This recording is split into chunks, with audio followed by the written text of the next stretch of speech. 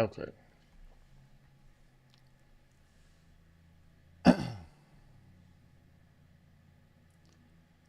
Let's see.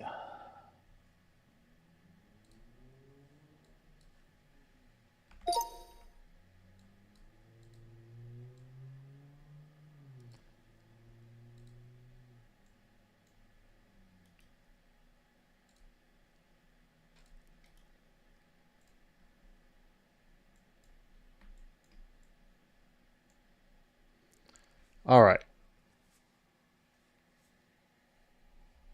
So I had an idea to make a monogram, and I don't like the workflow that I used to use for this, but it would basically be dividing this up into patches where I'd say, okay, we need to stop right here, and then we need this to be a surface. Oops, let me try that again. We need this to be a surface. That would be surface 1. And then this would be surface 2. And then this would be surface 3. And then this would be a little blend. This would be a little blend connecting the pink to the green. We would just make a little blend that went like that. Which this gets quite complicated. So I had an idea of drawing a patch surface. And then what we would do is we would draw the curves, project it onto this patch layout, project the patch layout to C-plane, and then project those curves down to the bottom as well. Hey, Richard.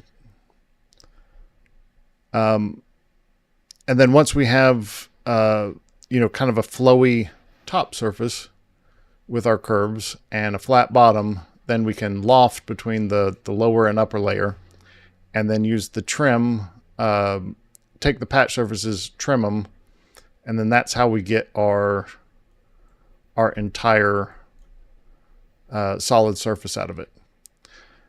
So looking at this, we want tangency.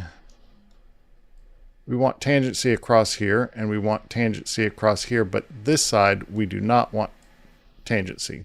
We want that to go into a kind of a crease between the M's.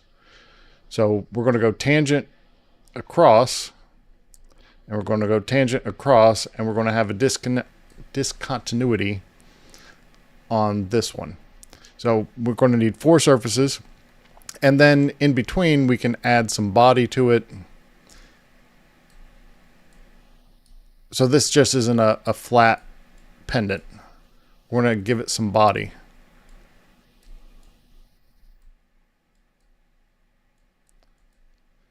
Hopefully that makes sense. We'll start with the M because that's the simpler of the two, because the E is quite a bit more complicated. But we'll do that one as well. Yeah.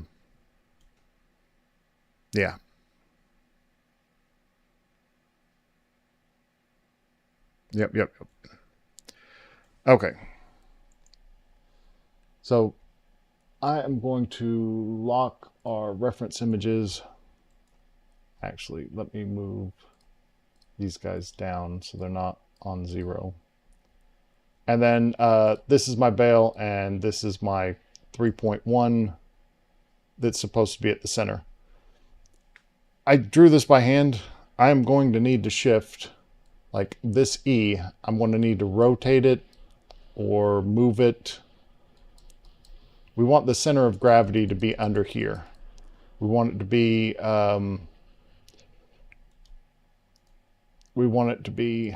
like straight through here. So we want that stone centered on it. And then I need to make the M come over a little bit, and I need to make the E come over a little bit so that this thing hangs straight down and doesn't,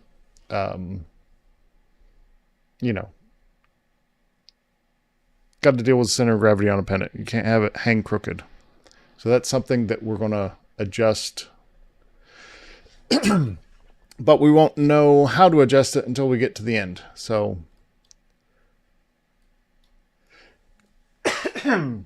excuse me.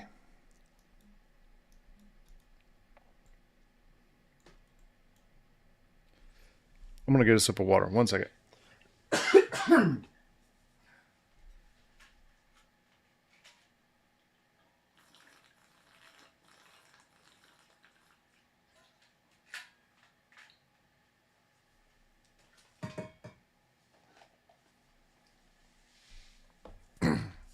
All right. So let's get going. I am just testing the workflow. I am not going to try and capture these curves perfectly. So I'm just going to go as quick as can be.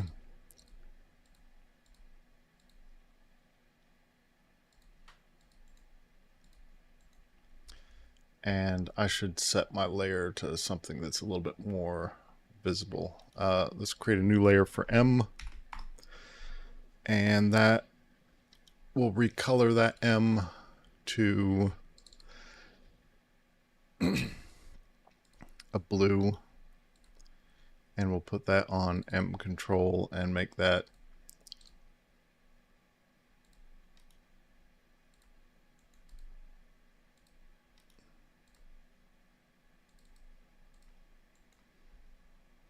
I need to lock my reference images so they don't move. Okay, so that's the first curve. And we're going to do another one.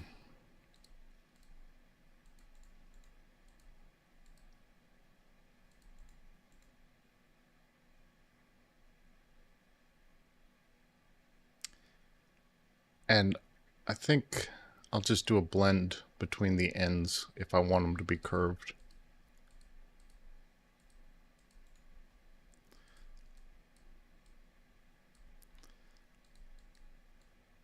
So just do like that.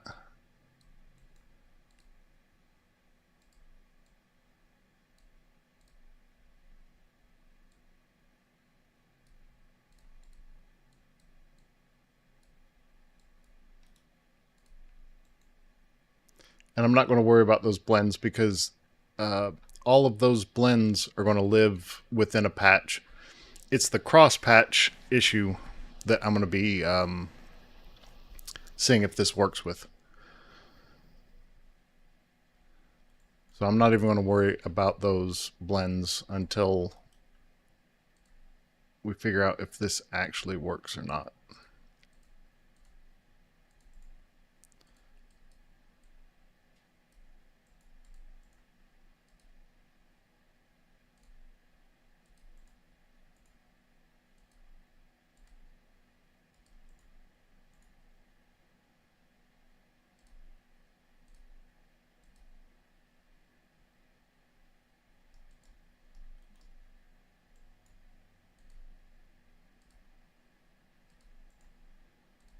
I knew that was the wrong spot.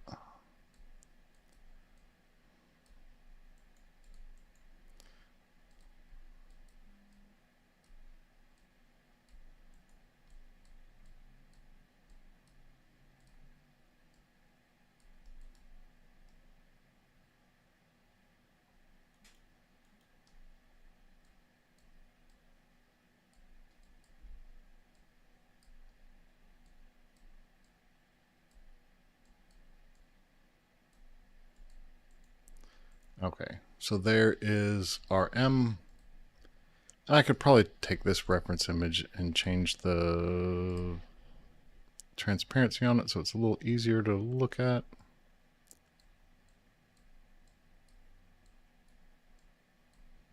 Yeah, something like that.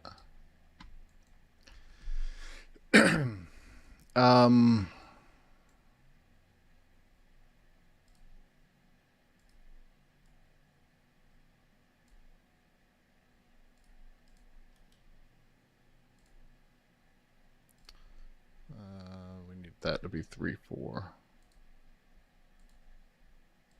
So this can curve that way, and that can curve that way. It doesn't matter the shape of the M. Okay. I am going to put a plane here. Oops. To grab this guy. And the reason I'm doing this is I might have to skew this. So if I use a plane to get this from here to down here, then I'll be able to shift it. So copy that, paste, take, and move this to where the M should be. And let's grab both of those and bring them up. Well, this one can be down here. And so what I'm going to do is flow with preserve. So I've got preserve structure to yes going from here to here, so that I'm going to turn on wireframe for that one, so that if I need to skew this, I can skew it. So that's why I'm going to transfer that from here to there that way. So undo that back to there. Nope. To there. Okay, so that's our first letter. And then I'm going to take this image, copy, paste, and move it down. And take both of those, copy, paste. And now this one is going over the E. Oops. I don't want that one, because this I need to make sure fits over the E. And we'll do wireframe for that as well.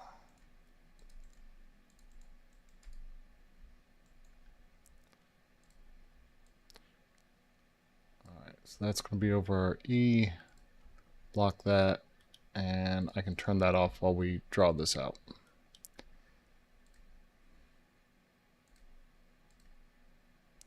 Oops, I need a new layer for the M, or for the E. That layer was for the... Alright, that's our E layer. And let's recolor it.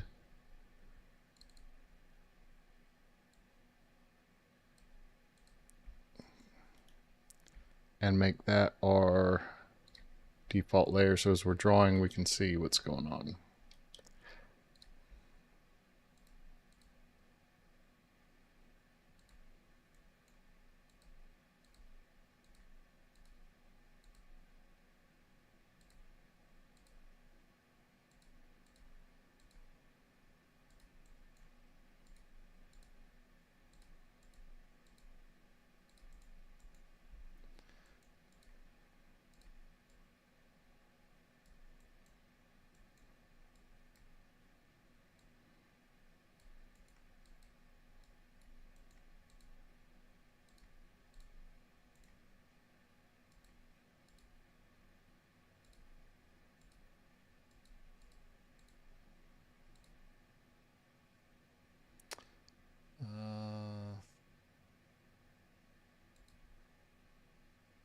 Okay, so I think I should split this into two. Yeah. Let's split by point right there. Oh gosh.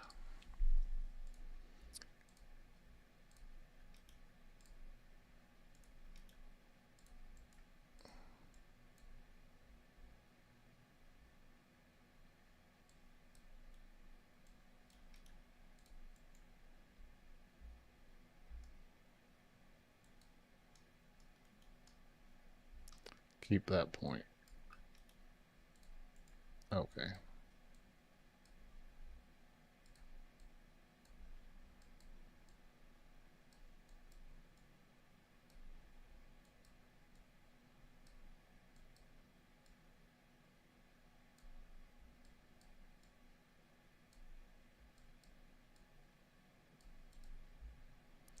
And then this, copy, paste, scale 2D, points on.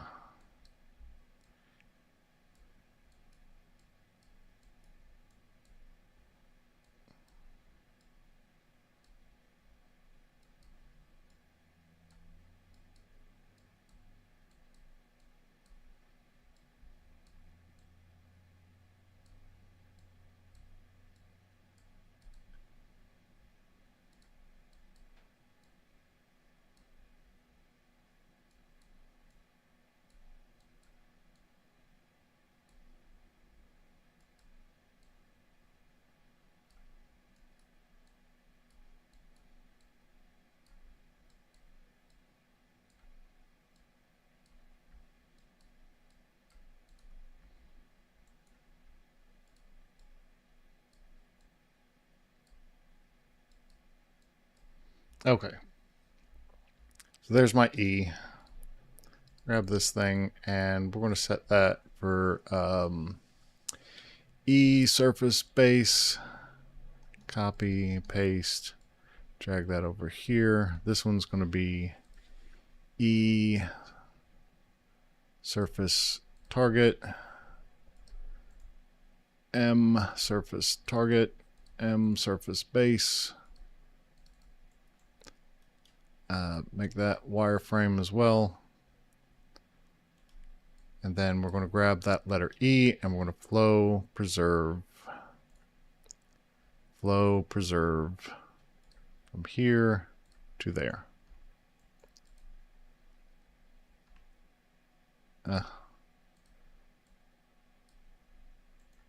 And yes, I should have, once I traced it, I should turn off my reference image and then make sure it looks good over here. But not important, because the important thing is, does this patch layout work, not can I draw a pretty curve. Drawing a pretty curve is a lot of fiddling.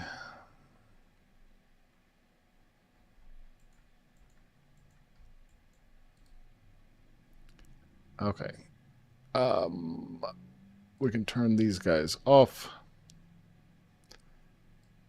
That is our reference frame that we can also turn off when we don't need it.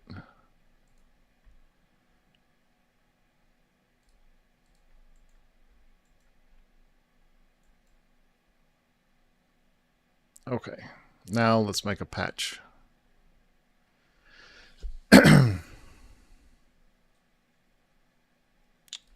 So I'm thinking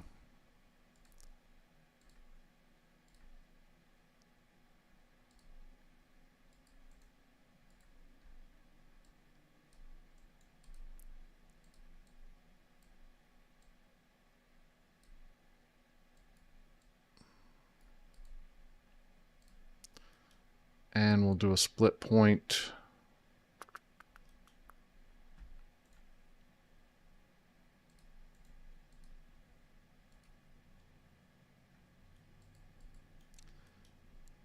Let's rebuild those 3, 4.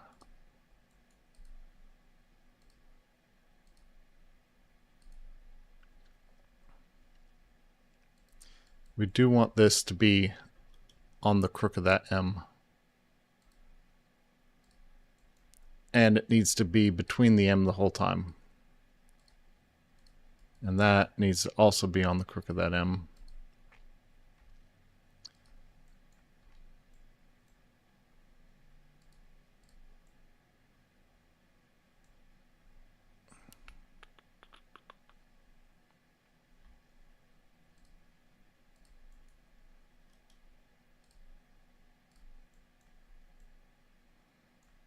Oh, blah, blah, blah.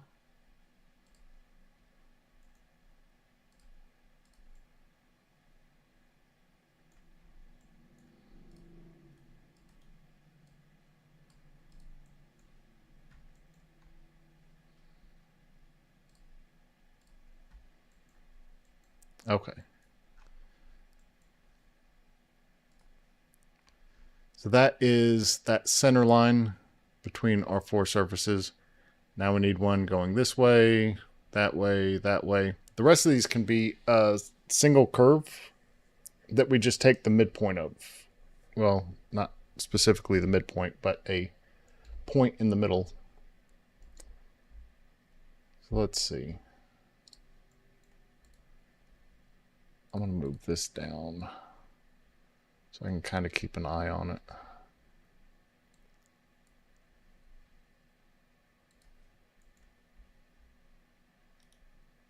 And let's make a new layer called patch.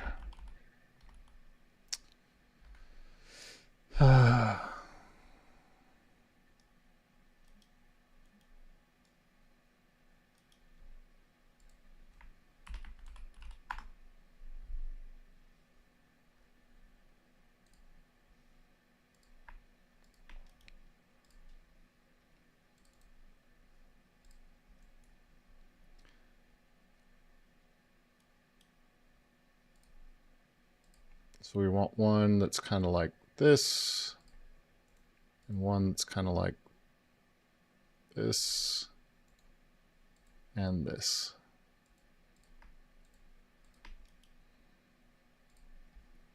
Let's just take those as 3, 5.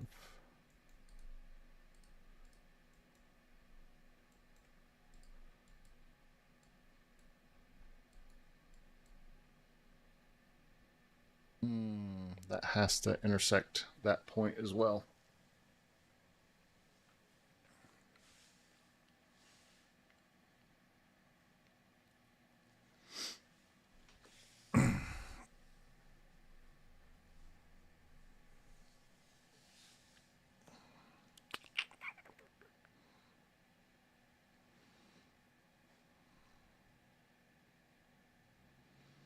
Oh, that's going to stink. I thought I could use a single curve to represent both sides of these surfaces, but I can't keep that point anchored to that spot. And if I can't keep the point anchored to that spot,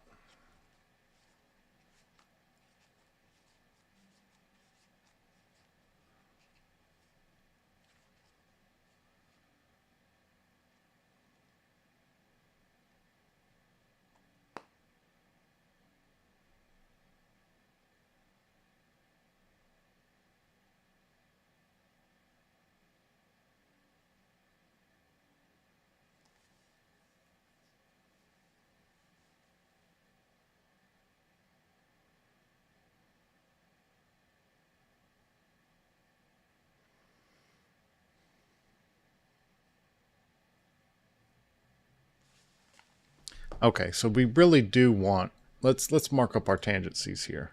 So for tangency, I'm going to use blue. We do want this seam to have tangency because anything that crosses over this M, we want to flow smooth. We want tangency across this boundary because part of this M going up, we want that to be smooth. We want tangency across this boundary. We do not want tangency across this one. For this one, we only want G0. G0. For this one, we want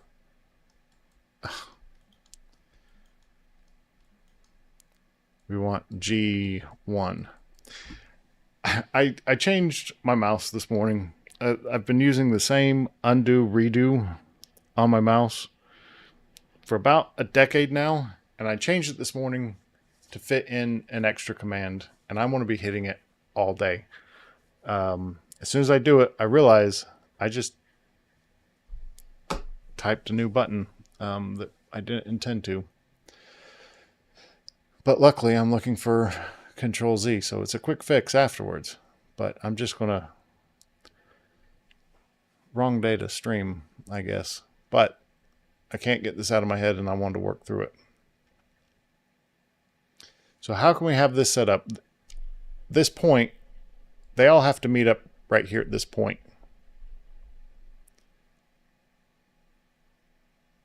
Four surfaces, 3 tangencies, 1 G0.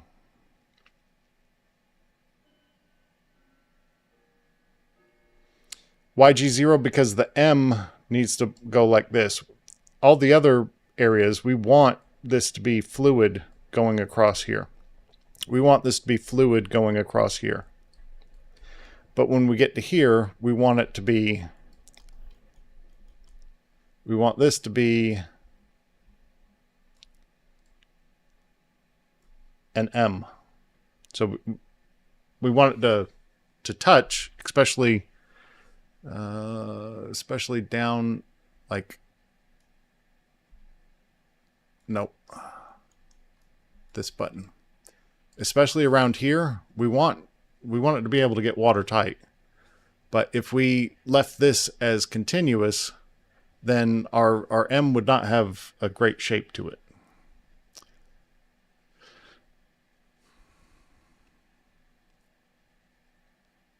And I'm not so worried about this being kind of,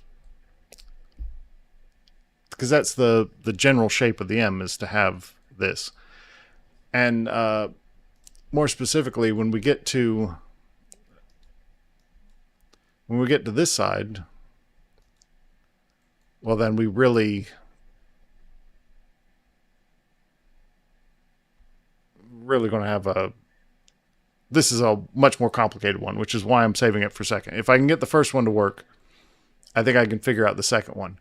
But my patch layout for this one, you know, I've got this for the bottom of the E. Here's one side, here's the other side, and then there and there. That's the four. That's a weird surface, but it has to match up right here so we can get the tangency across. This has to match up right here, and this one has to match up. This is just way more complicated, and then this is just going to be a little blend to go around.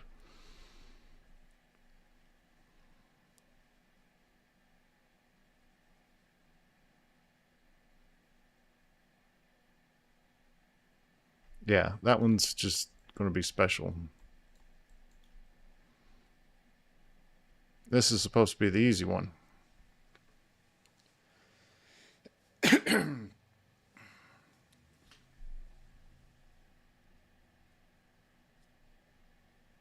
What if we drew a series of isocurves like this? To define the surfaces, and then we just took the midpoint of one side, the midpoint of the other side, then we'd only have to manually define continuity there, but we'd have the continuity going this way.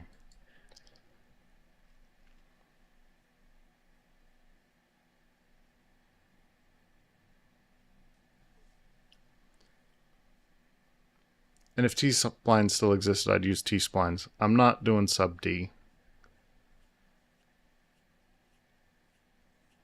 But I would have used T-splines.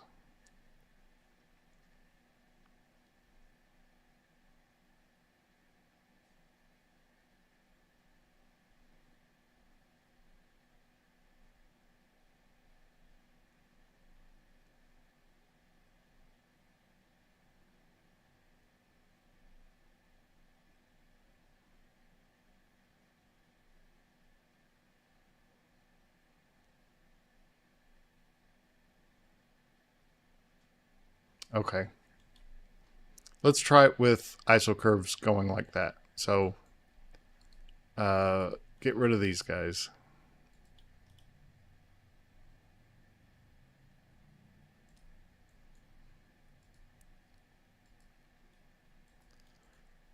That can be a single curve.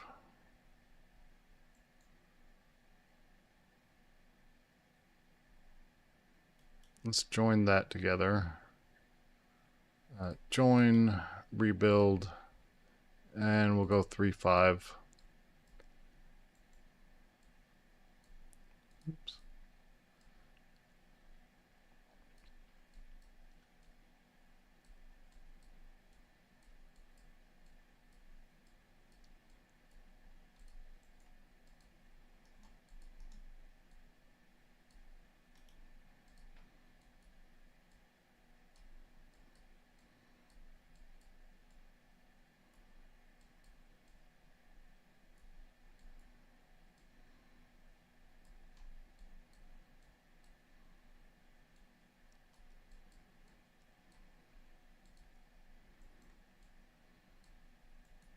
Take those two, and let's do tween curves to fill these in before we start editing them. Actually, I'll do one tween curve first. All right, do one tween curve. Yep. Then take and break that. Let me turn the transparency on this reference down. Transparency.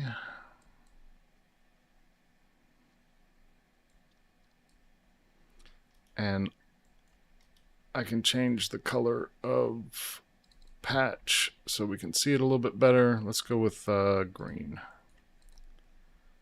Lock that back up. All right, so I'm going to break history on this.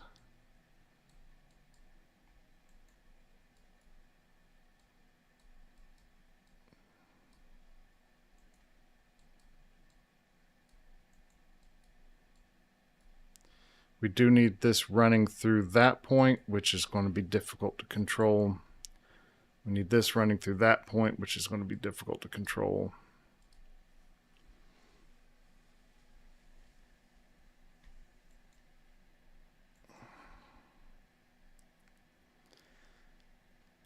Okay, and then let's do tween curves again. When you do tween curves, you need to look at your directions. So these curves are all going this way. When you do tween curve, you have to pick from start and start. Otherwise, it'll randomly change your curve directions as you go. Let's see, I want 2 inside of there. And then I want to pick the start and the start with another 2 over there.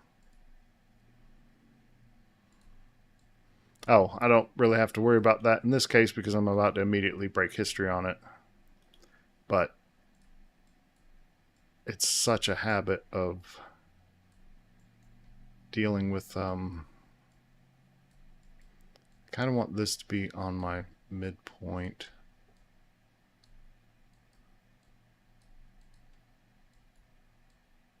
Want that to be on the midpoint. Okay, I'm done with direction analysis. Turn points on. Okay, I kind of want these guys all to be on this midpoint line.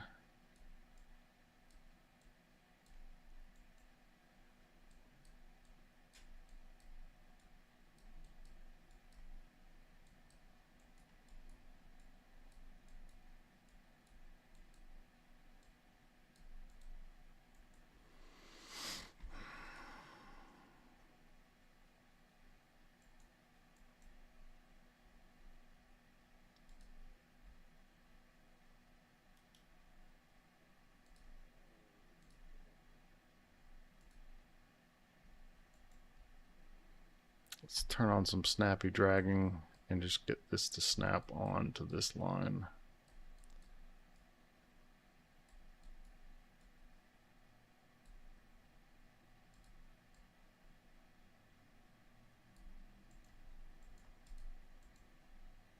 And I'll do the same thing down here. I'll make another line.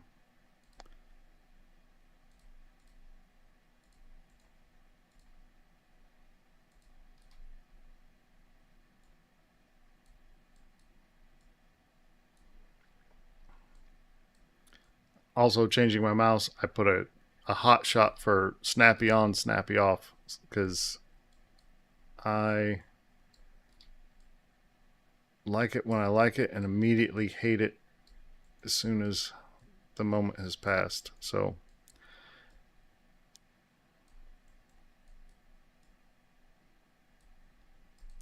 that is now a one shot. And then we need the curve to define the middle, and I said it needs to go through there. Does it? It does not. This curve does need to go through it, but there is no endpoint now. But okay, so this curve, where this comes in and this comes in, that point, this point right here, the M needs to intersect, and this center line needs to intersect all at one point. I don't know how I'm going to control that. I think this may be what makes this whole thing fail, is that not being able to hit. This one is not as bad, but it does need to hit that joint as well. If it doesn't hit, I think I can get around it. This one, I'm not so sure about. Although I could be wrong. We'll see.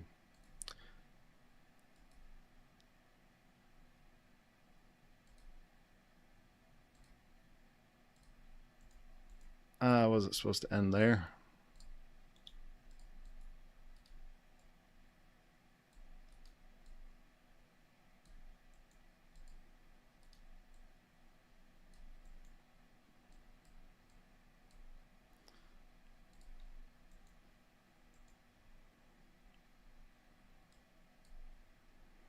All right, let's transfer this back over to the M.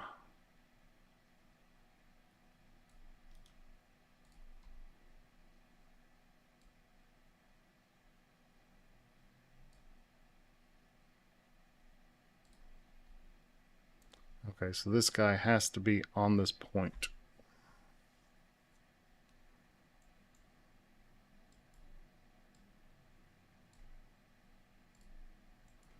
And down here, it needs to be on this point. And since how I haven't even...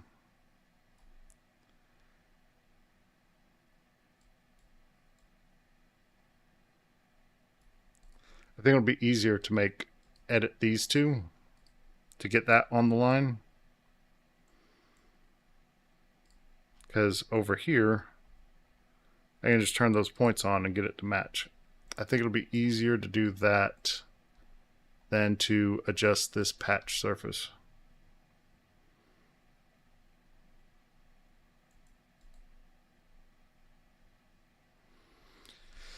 So I also am going to need to adjust the center of balance. So should this patch curve come from over here?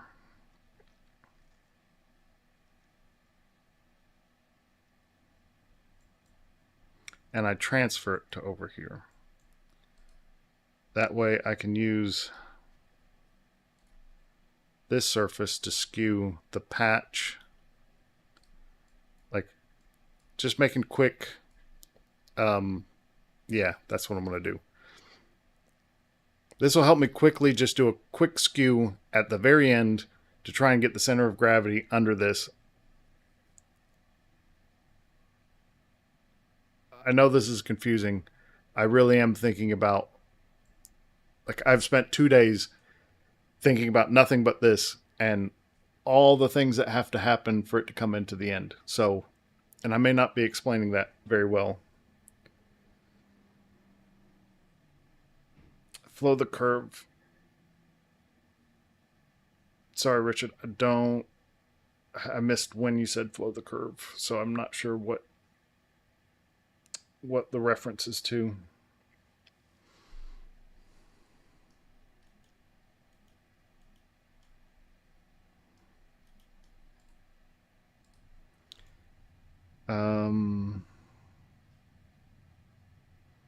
I need to scale this up and scale that up. So let's just use box edit. And let's take this to, yeah, it needs to be, let's take it to 17. And let's take the height to 20. And that'll cover all of that. And then when I come over here, I can just say 17 and 20.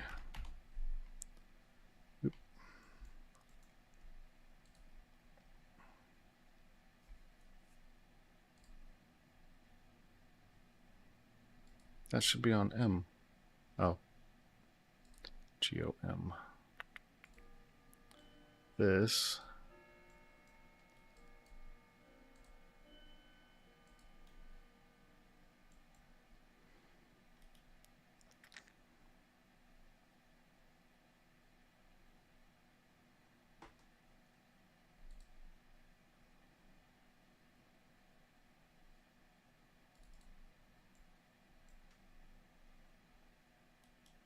Okay, so I'm going to do flow preserve, but I'm going to turn copy off just so I can transfer it over to here. And then I'm going to do the exact same thing with copy on to move it back. So now this is locked by history. This one's editable. And now I can do my network surf. So I want to pick up curves in the first direction, these guys, and then curves in the second direction, these guys. And that's my first patch. Okay. And then this one curves in the first direction. I'm going to lock this to curves.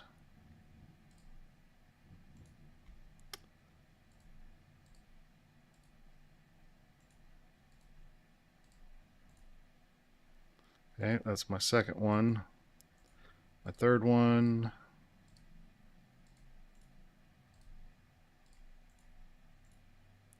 And the last patch. No, not that one. And there's no deselect. Oh, there is an undo. Haha. Okay, so there's the patches.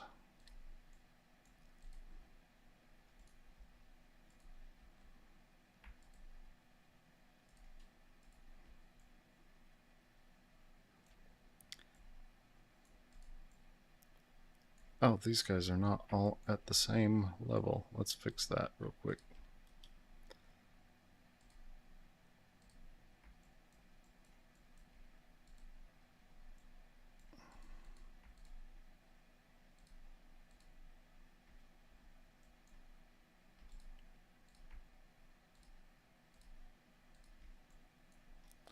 And we will project to C-plane. Do not delete the input.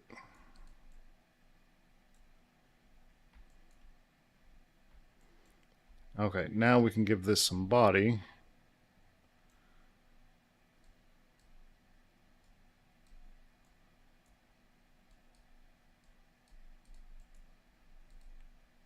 Oh, shoot. That breaks that. Oh, network surface is actually figuring it out, kind of.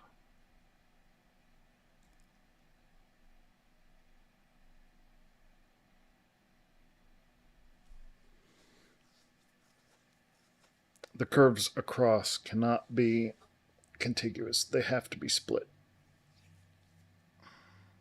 I mean, good job, network surface, figuring this out. Do I trust network surface to figure this out way down the line? No, I do not. I'd rather deal with it now than deal with it later.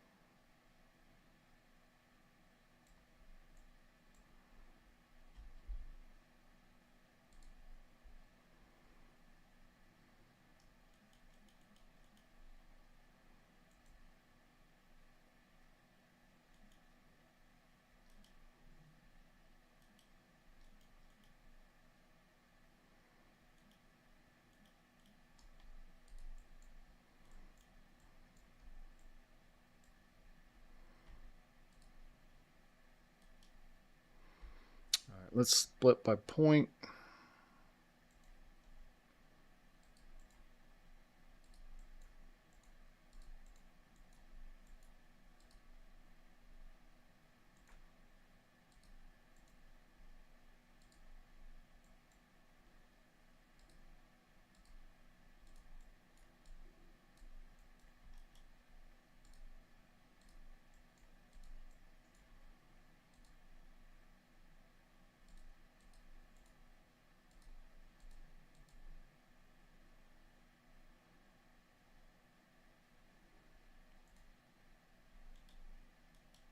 Split by point. Right there. There we go. Why did that not work?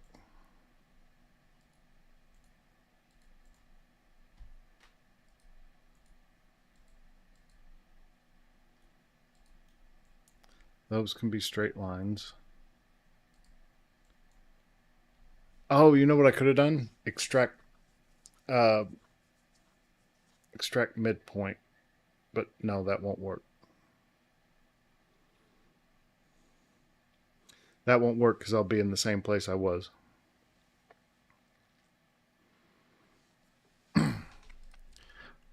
Okay. And as soon as I split it, this did not flow over. That broke the flow. So we're going to delete those, get our flow surface back up, and just reflow these curves.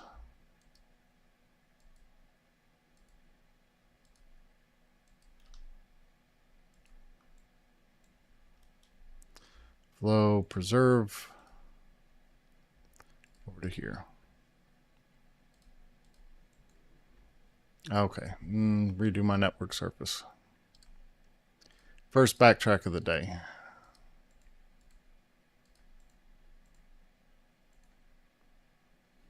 Go back to locking the curve so I don't accidentally hit a surface edge.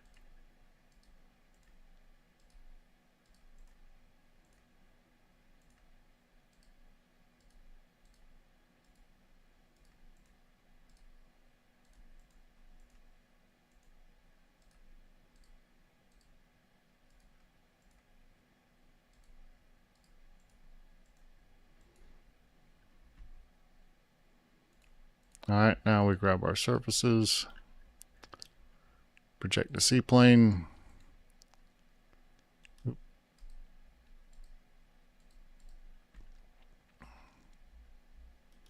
We get our M curves.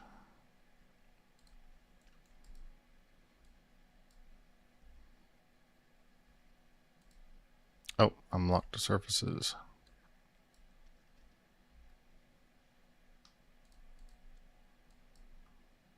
Okay, these, I need to do some layer management real quick.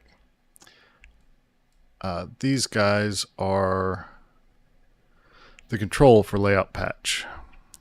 Its children, we don't need to ever touch those again. So I'm going to put them in a group and go over here to patch, control, junk, and then turn that layer off so we don't accidentally touch it again. Junk, turn that off. This is our target surface. So surface, nope, surface target, and these bottom ones are surface target as well.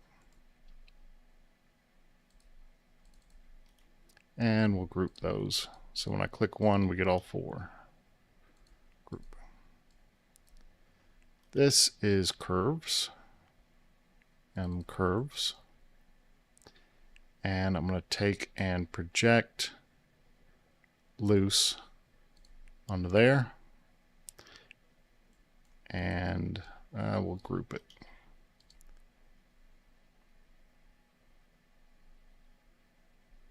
Hey, Greg. Welcome. I'm kind of fiddling around with an idea. I have no idea if it's going to work. Project. That is not project loose. I did not do project loose. Okay, put this into a group. Project loose. Loose is on to there. And take this, project loose onto there. So now this can go onto a junk layer, so I don't see it. M junk. Let's turn that junk off.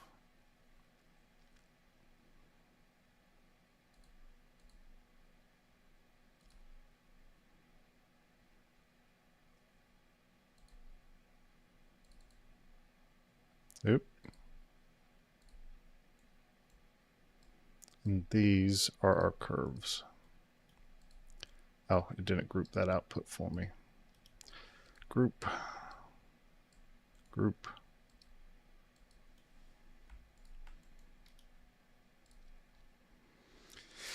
M curves, and let's lock that.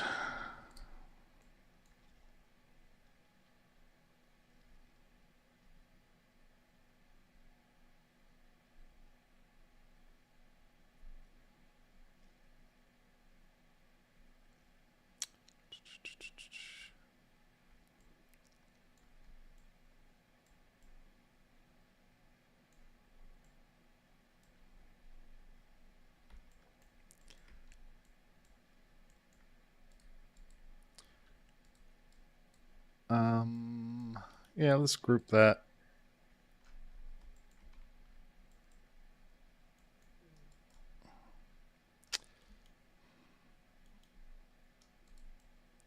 Group just this.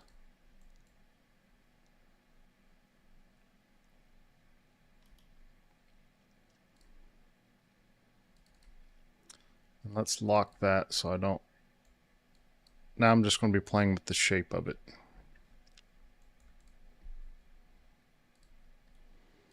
These need to rebuild probably 3, 4. That's 3, 4, that's 3, 4, that's 3, 4, that's 3, 4.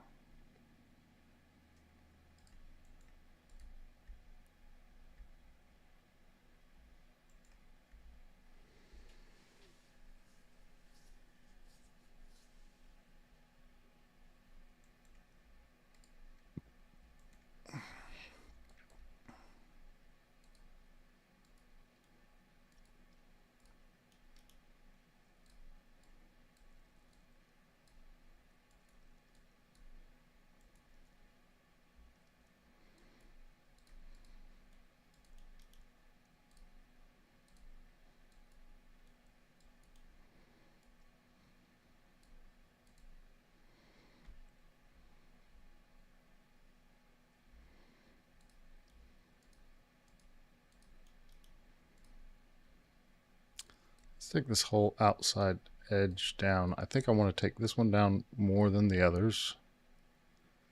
That can stay up. This comes down. Comes down a little more.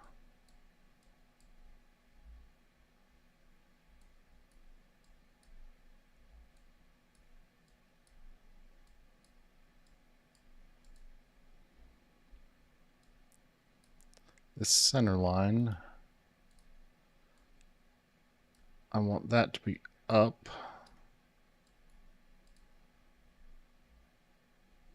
Turn all these points on, that way I can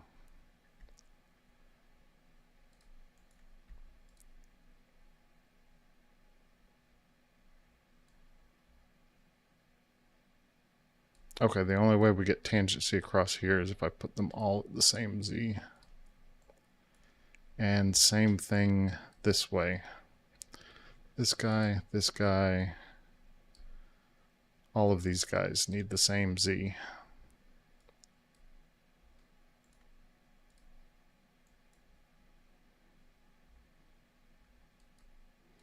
That can blend down.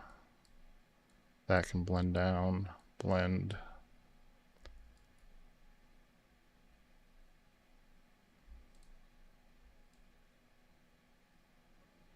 Maybe I should have just done this with surfaces. Just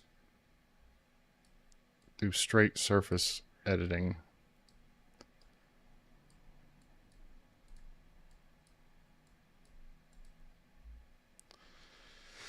If I did straight surface editing,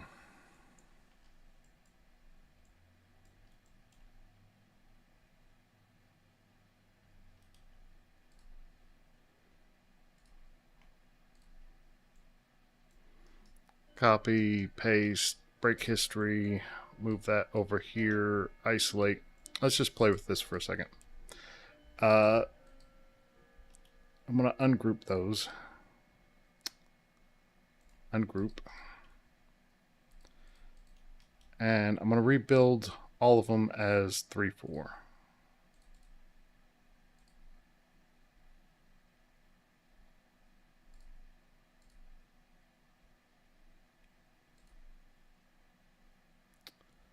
Oh, degree down here. Yeah.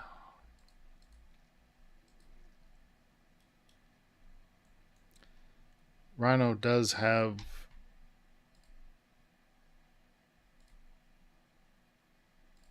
a surface blend or match. Surface match.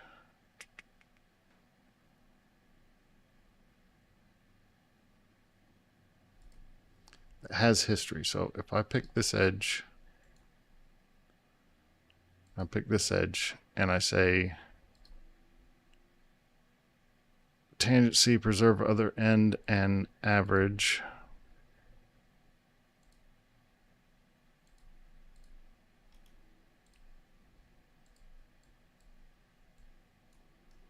That does not maintain history.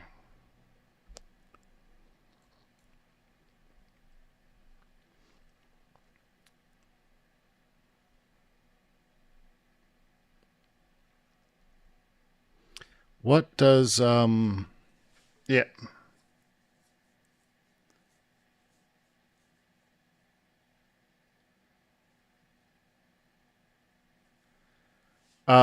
Why sub D is not a good choice? Because I will never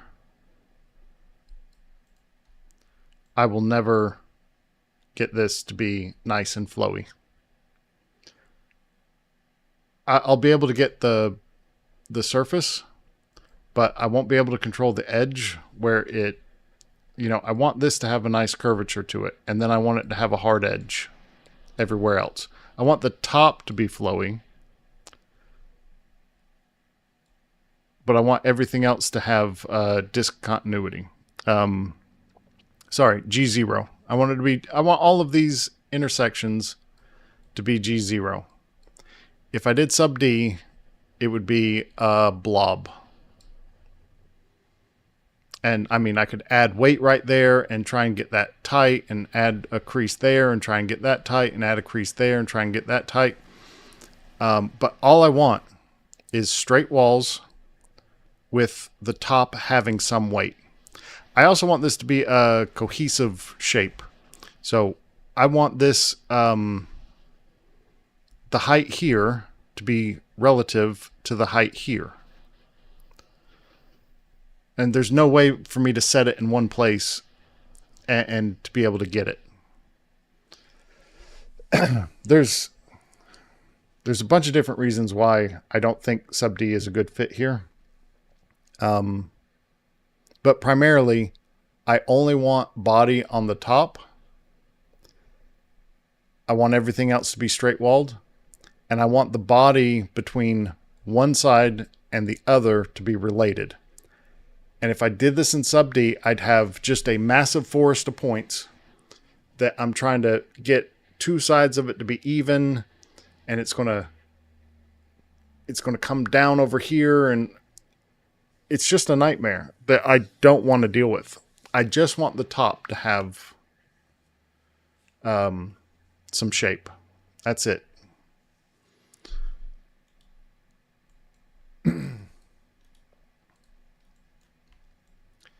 And if I can get these surfaces to play with each other, maybe just at the end,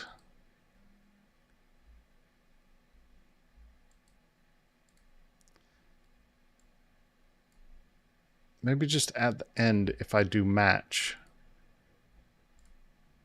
you know, I'm gonna just try something real quick.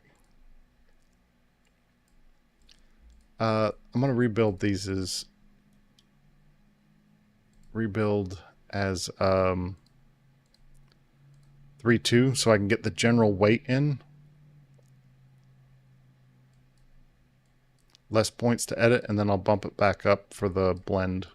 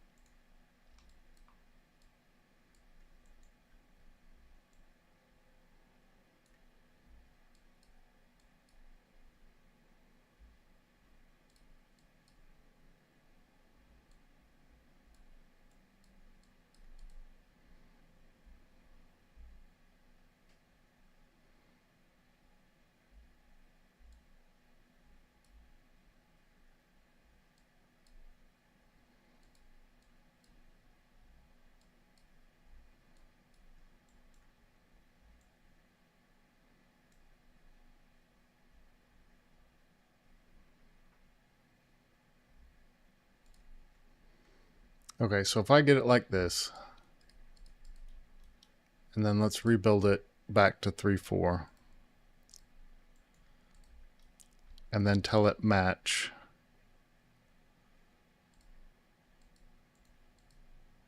Average, tangency, okay. And then match, average, tangency, average, tangency.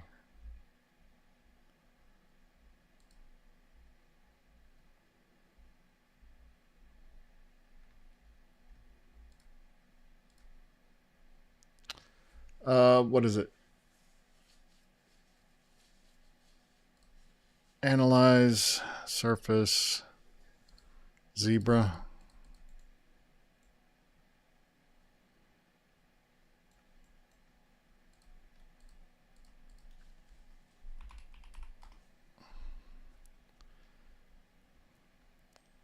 I've got a discontinuity here.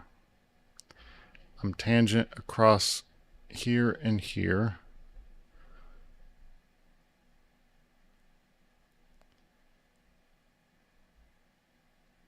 But this part right between these two is not. So it started out that way because I did match.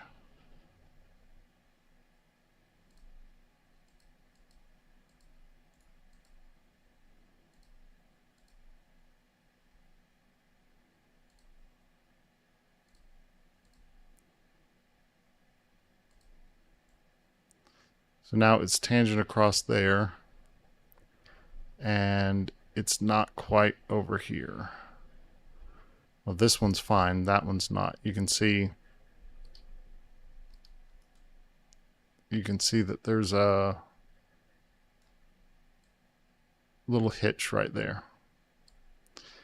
This one has a tiny hitch, but it still has a hitch. And then this one's smooth.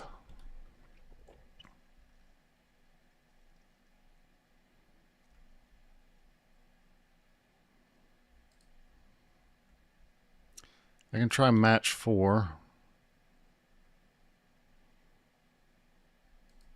Once we get that match,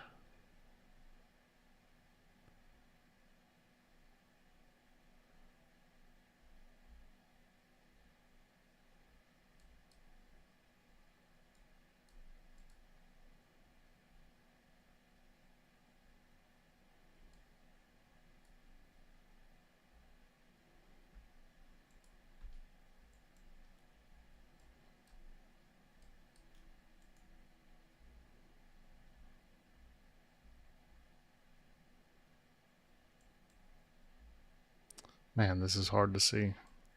This guy needs to come up just a little bit.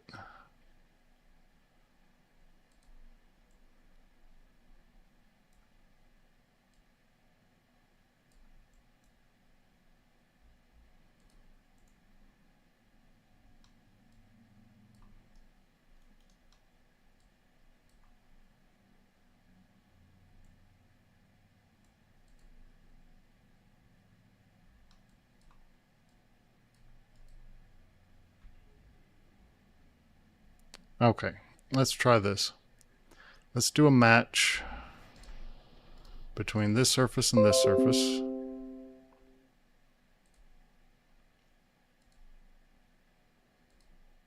At first, we won't care. We'll just say preserve other end none, tangency, no refine, average surfaces, preserve isocurves.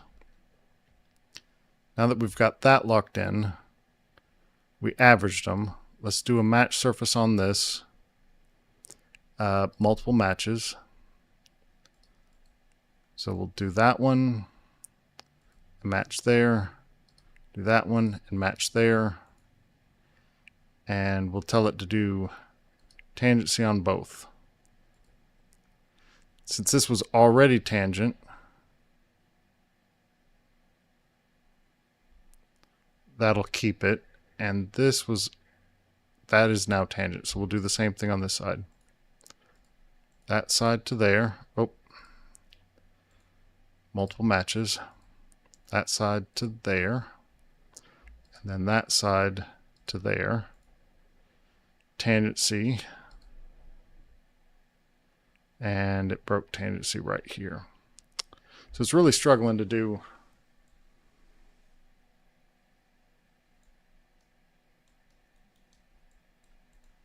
Let me try that again. That should be no change.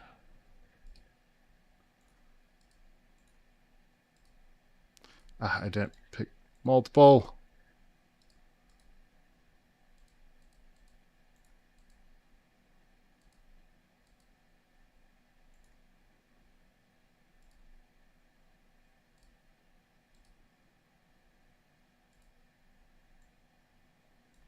It's not changing that one.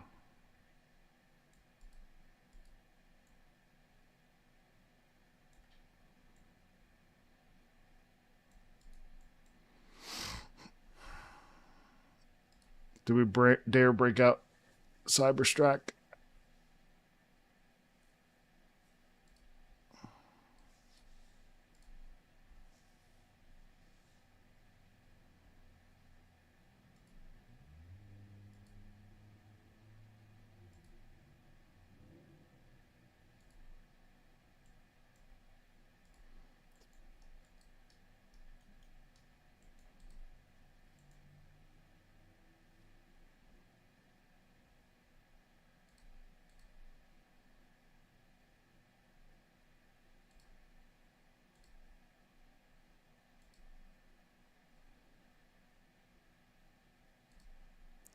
Okay, that's a bug.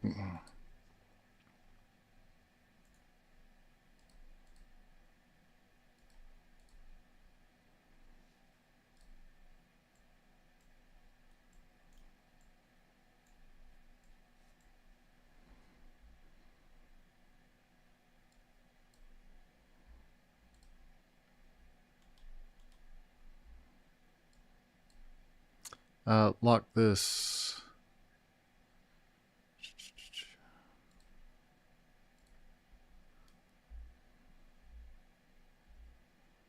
I want tangent.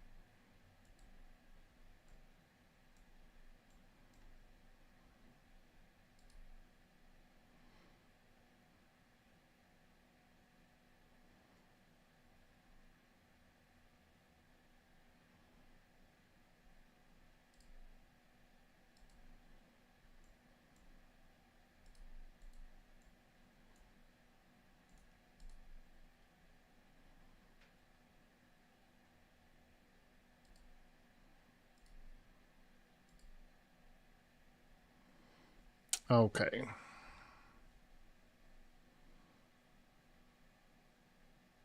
So that's the problem. This curve. Okay. Okay.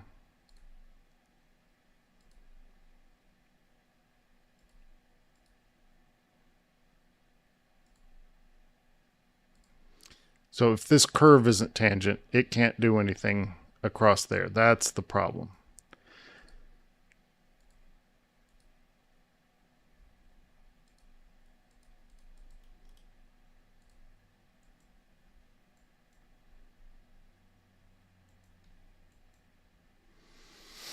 Okay. I think that could be solved.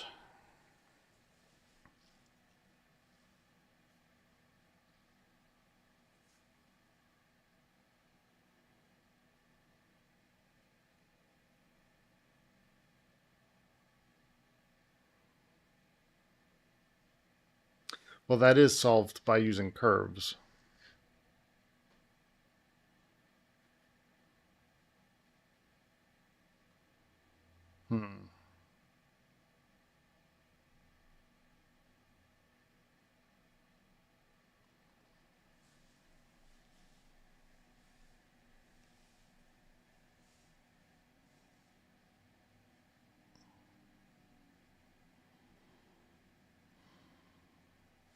So that is solved by using curves.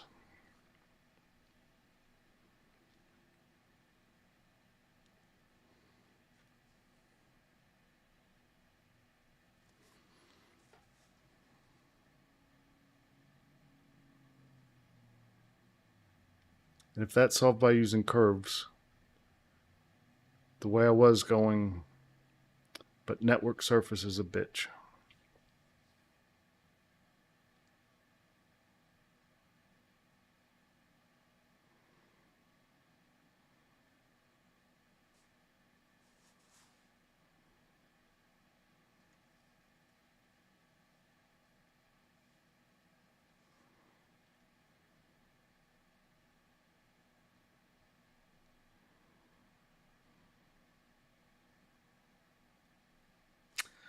I think I got it. I think I got it. I think I got it. Okay. That was not a waste of time. That was a productive learning experience. Okay. We're going to delete that, and that, because we're going to go over to a loft strategy. And to get this to be tangent here,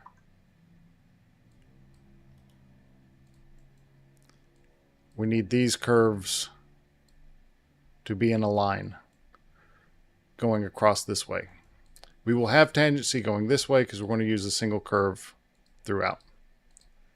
But to get tangency this way, the manual thing that we'll have to do is make sure that these points are in line with each other.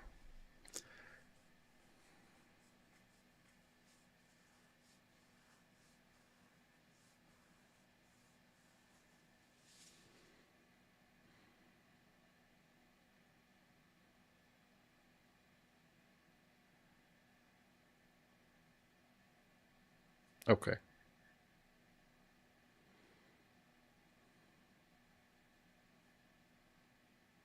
I'm going to replace this.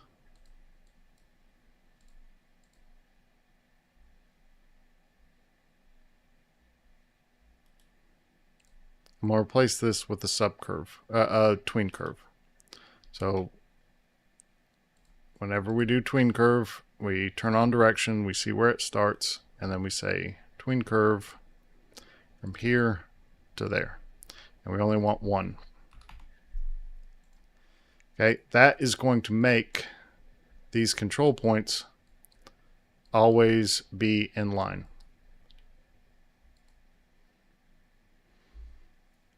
At the very end, I'll take this point, break it, and then move it down. And that's how I'm going to get my... that's how I'll get it to break down here. But over here, I'll have tangency going across. At the very end, I break that. Gosh, I wish I could enforce these guys to be in line outside of that, but I don't see a way to do it.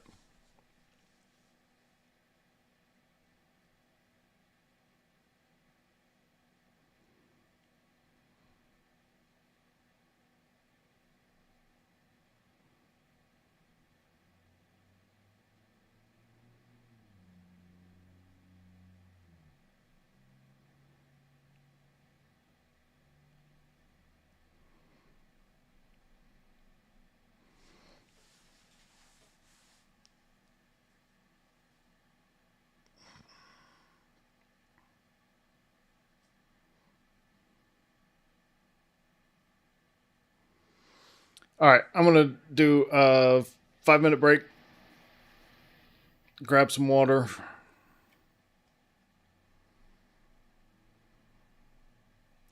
They don't need to be in line. They just need to be at the same Z. And down here, these all need to be at the same Z. On this side, same Z, same Z, same Z. Doesn't need to be in a line. This could go like that because we do want to have that smooth. This could go like that. They just need to be at the same height. Over here is where we want the discontinuity.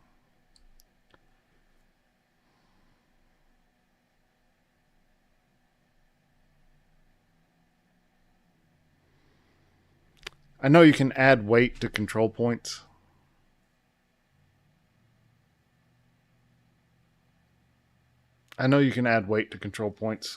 And kind of make a seam, but I have not used that in this situation before.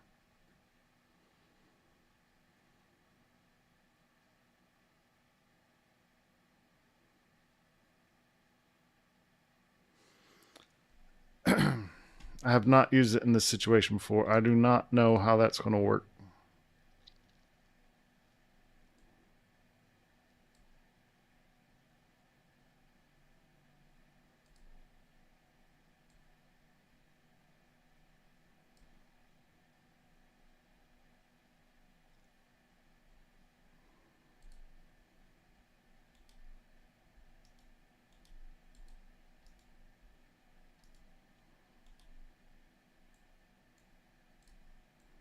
Okay. 5-minute break. Restroom. See you guys in a minute.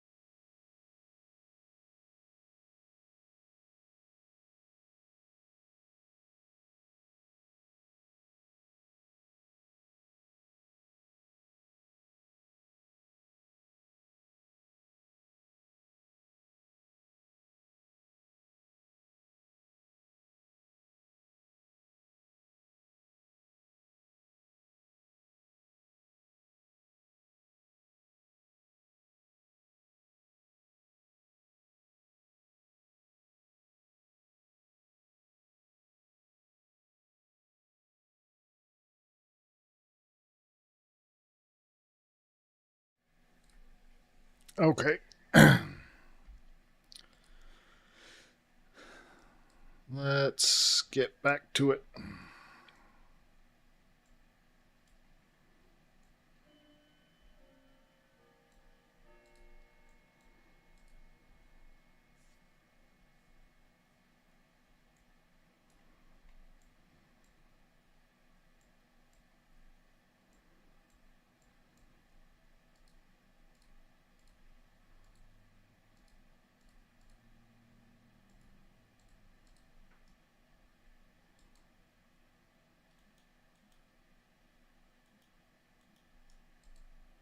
Okay, get back to before the break where that's locked.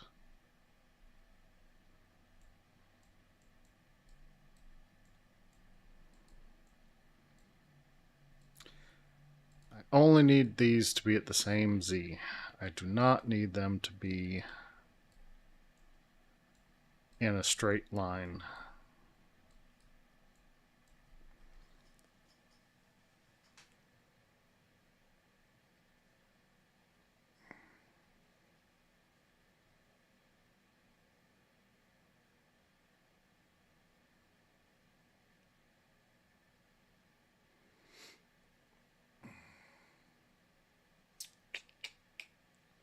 Anybody have any ideas?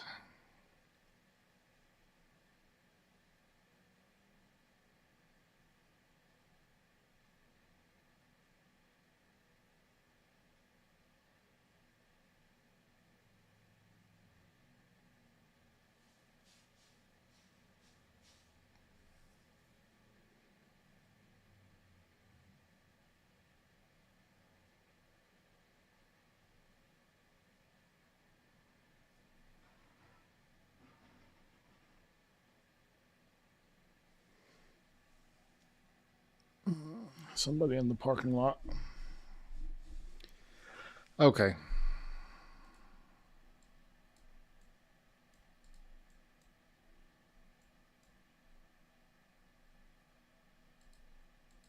Yeah.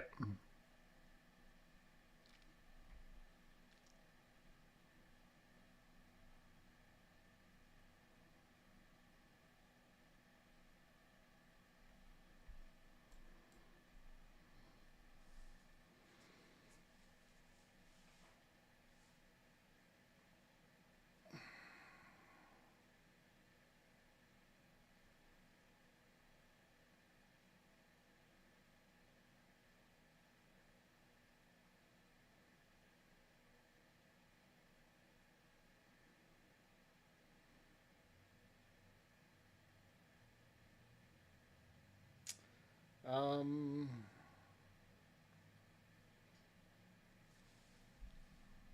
yeah, let's explore. Okay, so basically we would have a curve like this.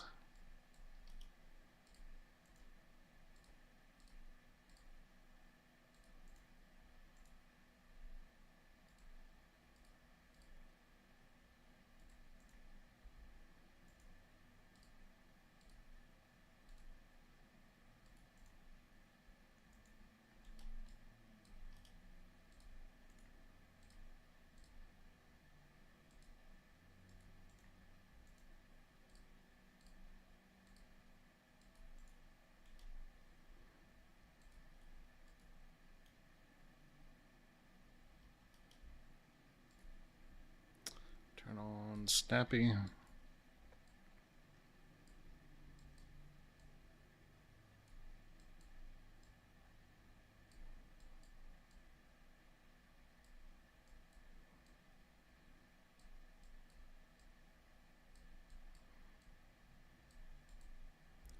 So we need to make sure these curves are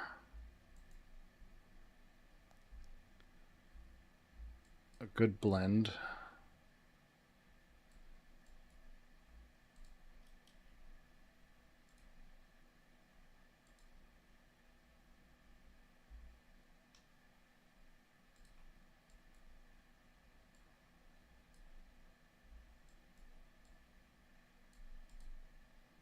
we've got a blend there.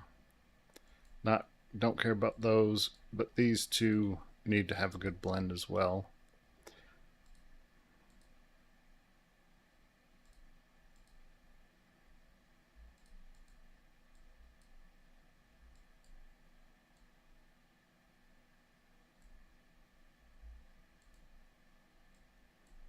That looks like it's on the line, but I'm going to make sure it is.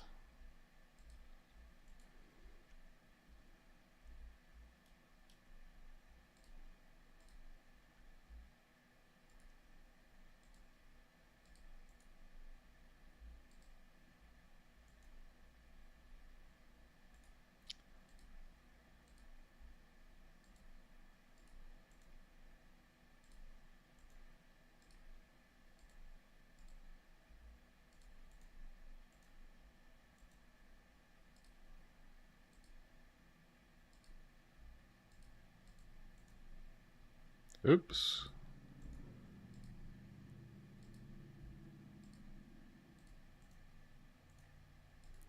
So these guys are all trash now.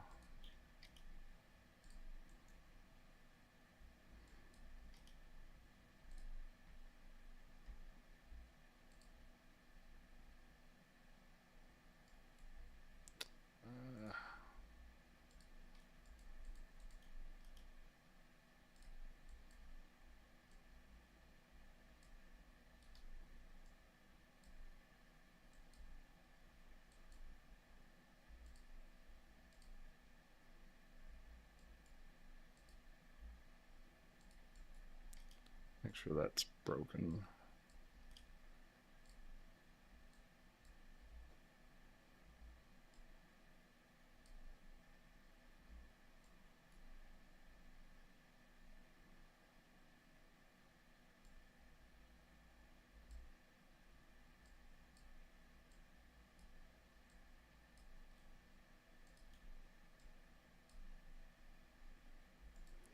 I should have done preserve height.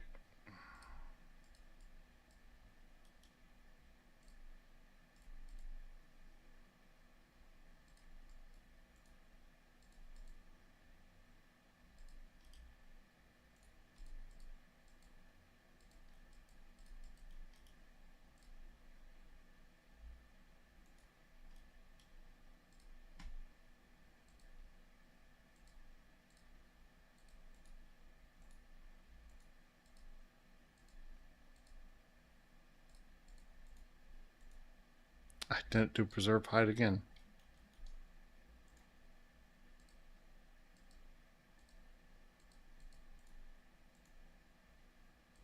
Maintain height.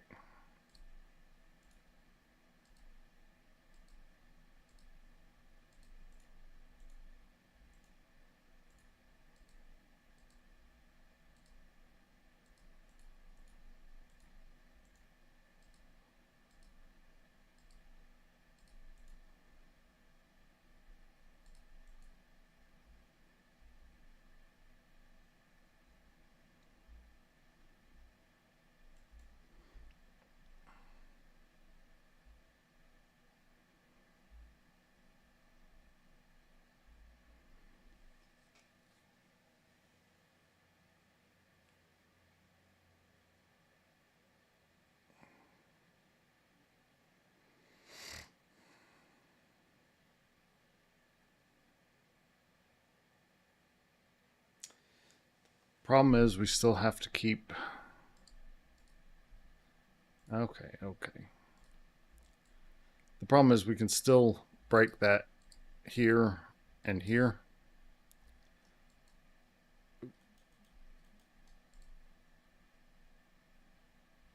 That's not helping with the core issue, although there may be something here. There may be something here.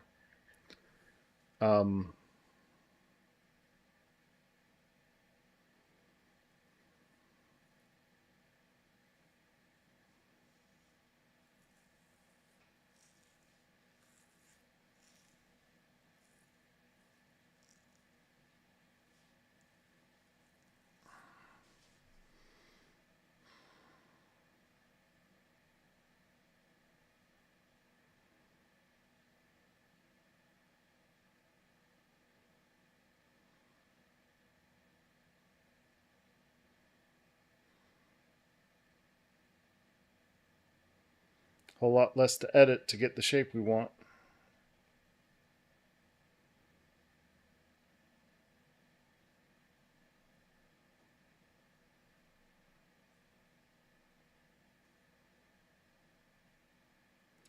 How's the stream quality? YouTube keeps yelling at me.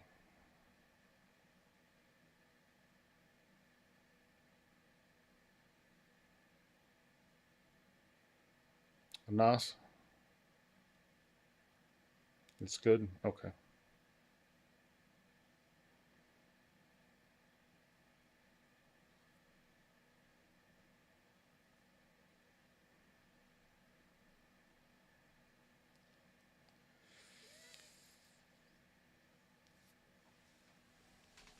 You know, if we set up a bunch of blend targets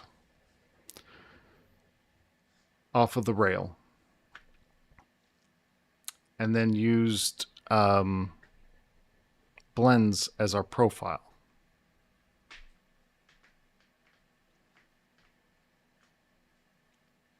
that would probably work.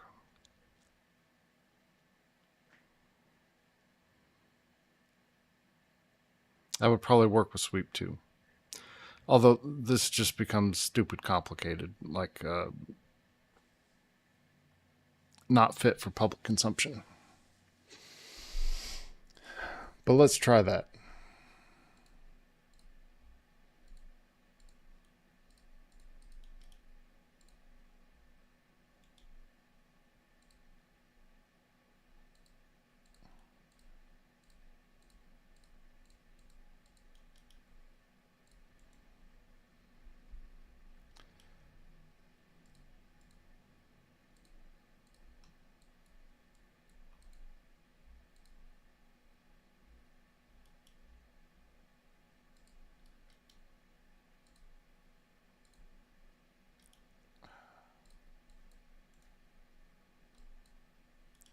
Set X between here and here. So we'll put a curve like that. At the midpoint, we'll put another curve, or it may be farther up. And then over here, we'll put a curve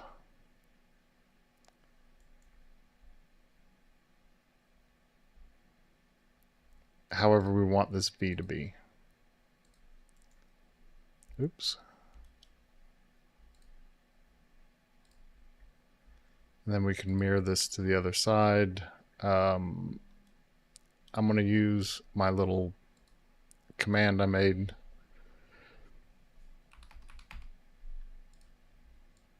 So this mirror is tied to this surface and not someplace on. Now this whole thing can move. And my mirror is still in place.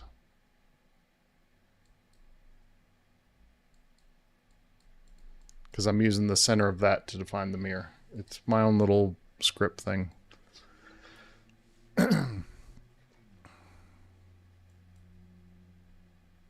And then over here,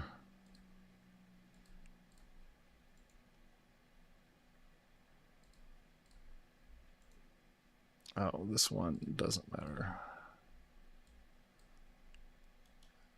And then I can mirror that off to the other side as well. And have all of these point up. Those be flat across the center and down over to there. Let's do flow. Let's go rigid and stretch. You go from here to there. Do the same for this side.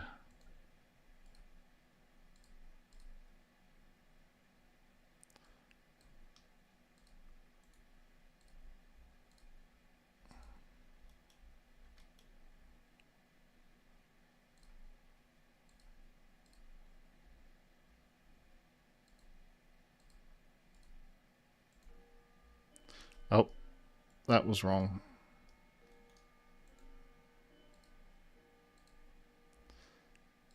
We need that to be on that point with tangent, tangent.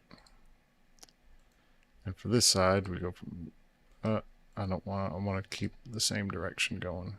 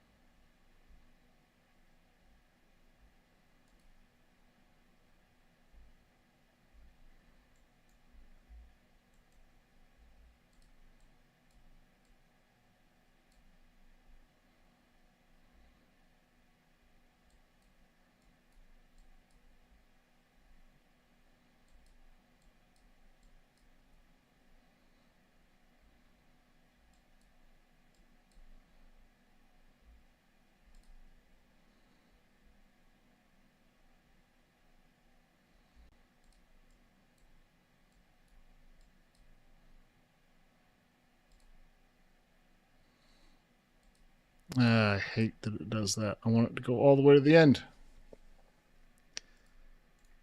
Which I can do that, but then it's a game of tiddlywinks instead of having that point on the end.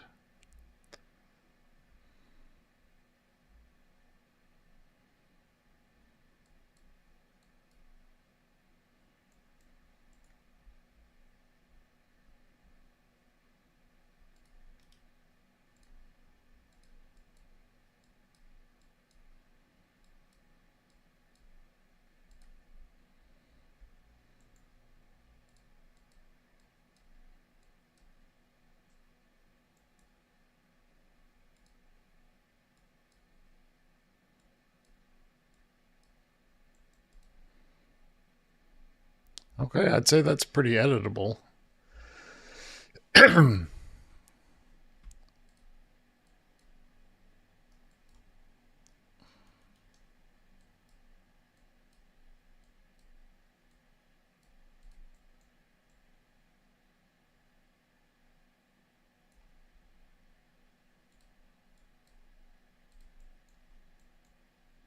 All right, let's try our sweep twos.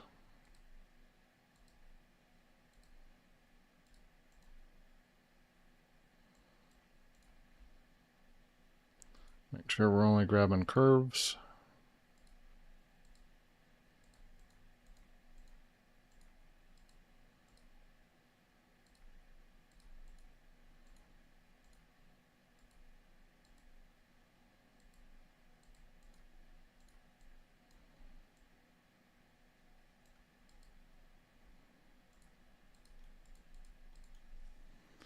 Zebra.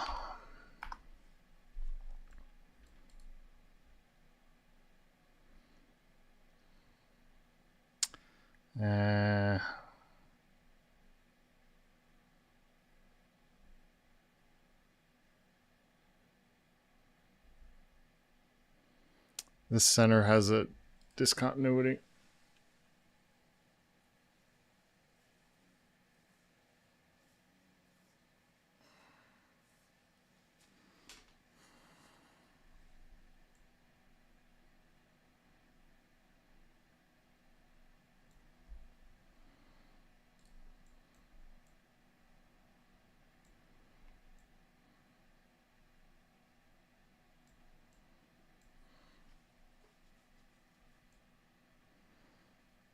Which it really shouldn't, because this and this are tangent, and this are tangent, so this should have no problem being tangent through here.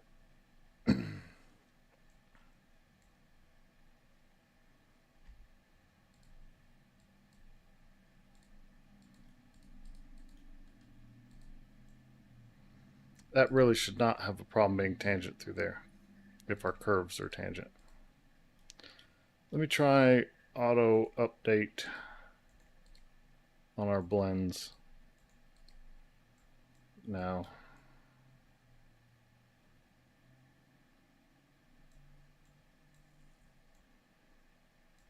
I would have to do the sweep 2 off of the surface edge and tell it tangency, which, I mean, I guess I could do.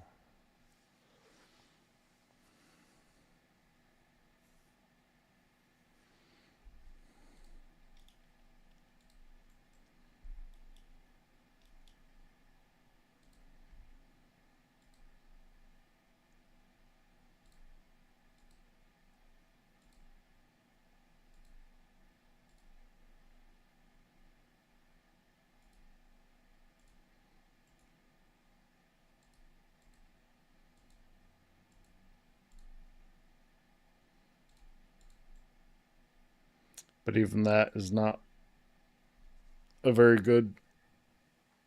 Sweep 2 is just awful, man.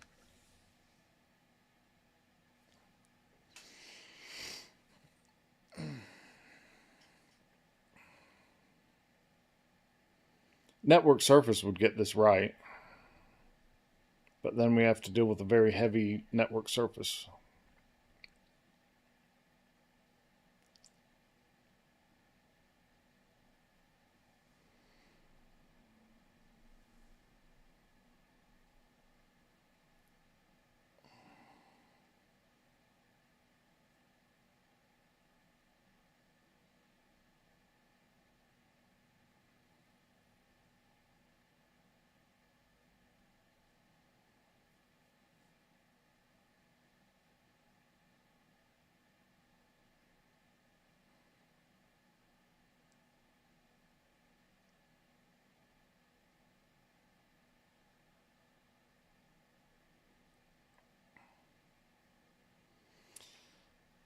Sub-D is a whole lot faster than figuring out a brand new workflow that you don't even know if it's going to work, and it's looking like it's not going to work. Okay,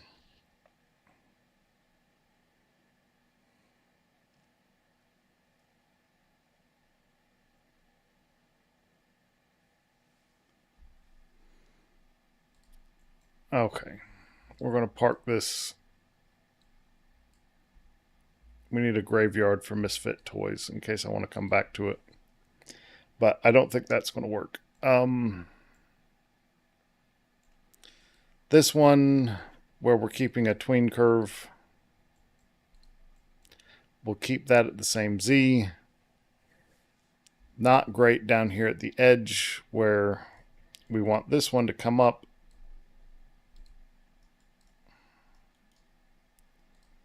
Sorry.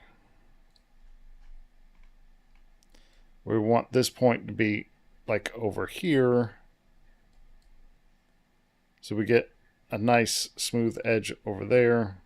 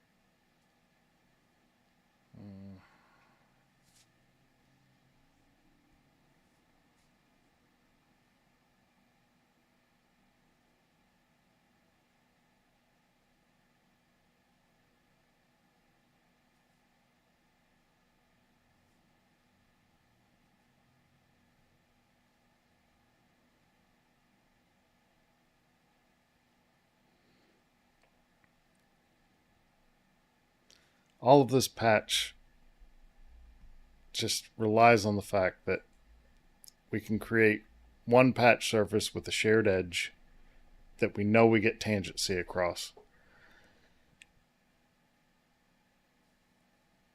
If we don't figure that out, the whole thing fails.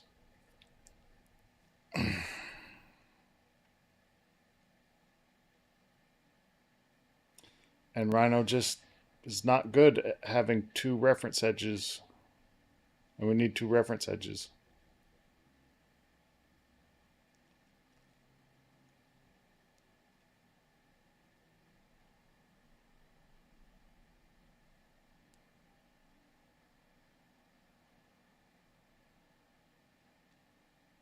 Oh wait, do I have break? Or do I have not record history for match on? I bet I do. No, I don't.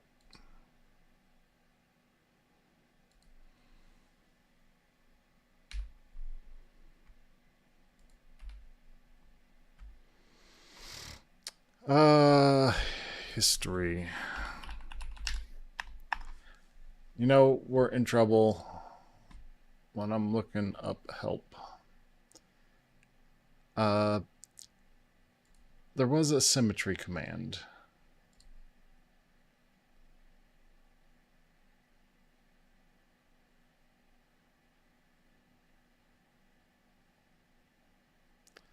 But that doesn't do what we need it to do.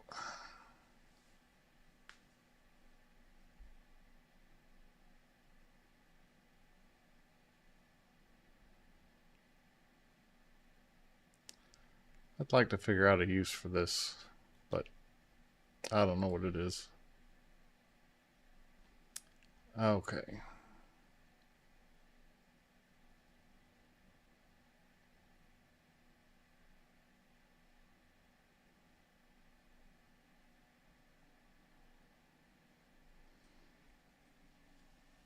Curve to view.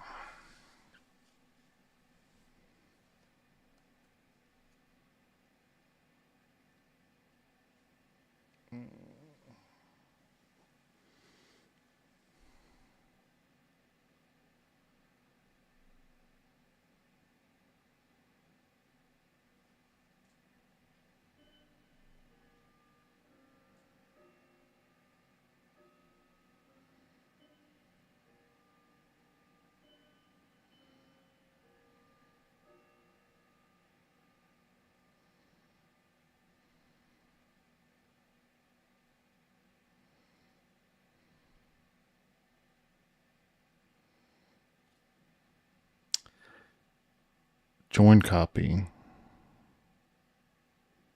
Maybe there's something we could do with join copy.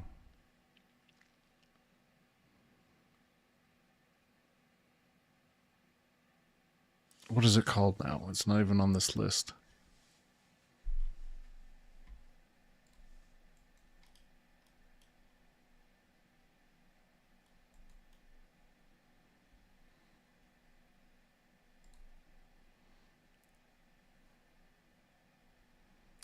Join copy is not on the list of history of commands with history. So this is a incomplete list.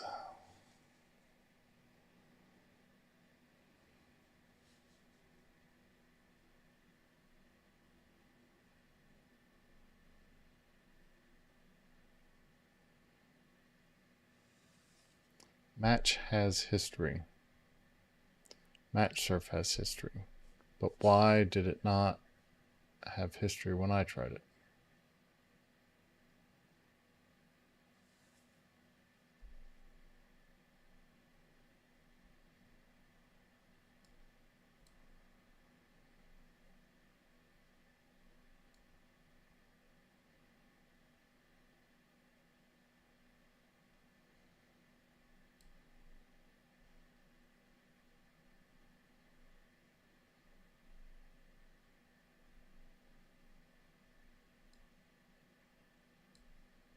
Probably because average surface history will not record average surface, and we don't need average surface. History will not record when average surface is enabled. So we don't need average surfaces, but it's that center line. We want it to be like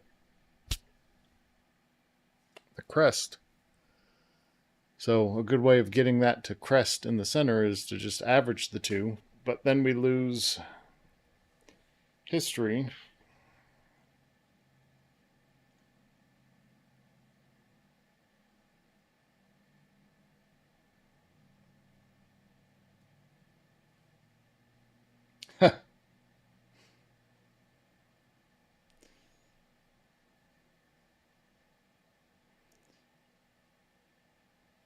I wouldn't even begin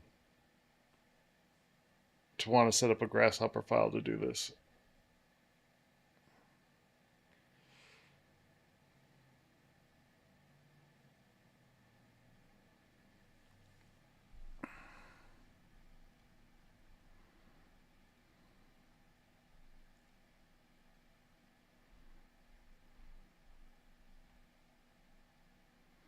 Okay. I think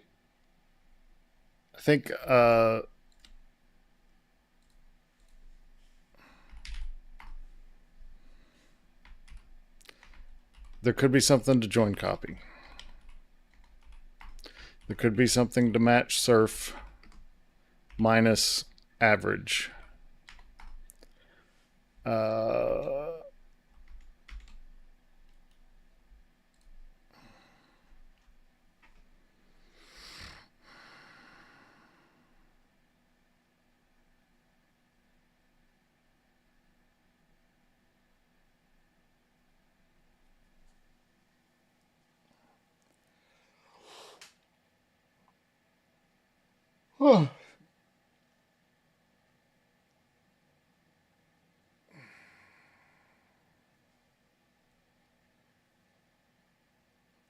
Shear has history?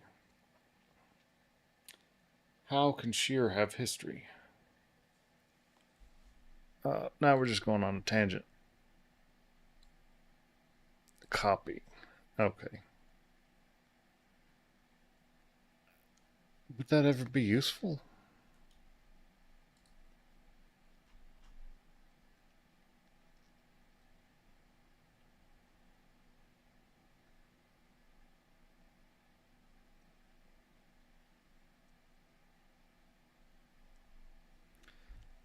Let's try match surface. Let's try something with match surface.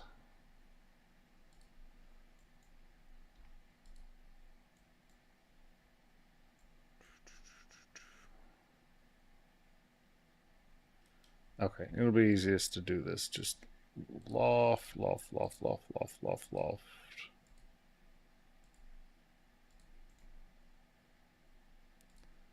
Do loose. Okay.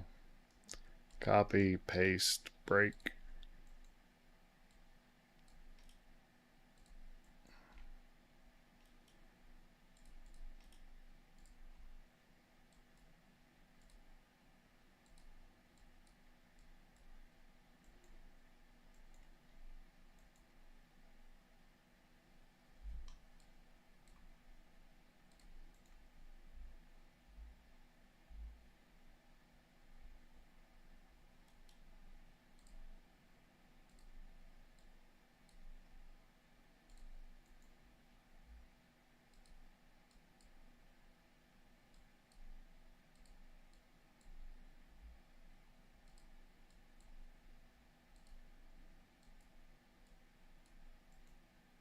While I'm here, all right, I know that there's a weight that we can do. I just want to see what it looks like.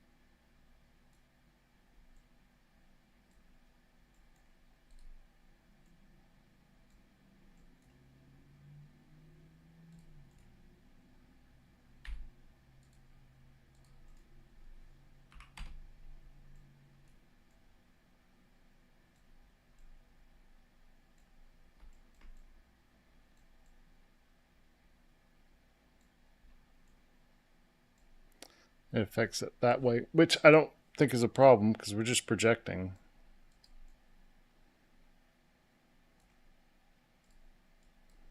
This lets us have a crease. Not a true crease, but it's like a crease, only not.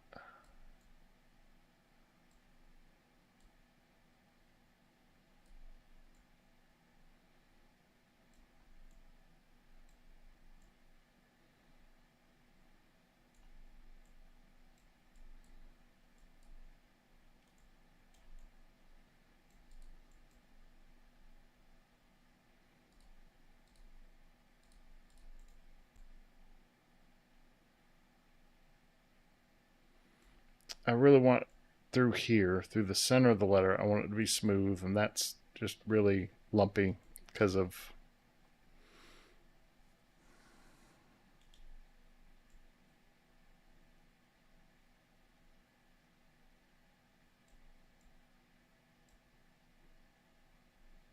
Well, let's see. Grab that one. Grab that one. Select you. Nope. Grab that one. Grab that one. Select V. Delete.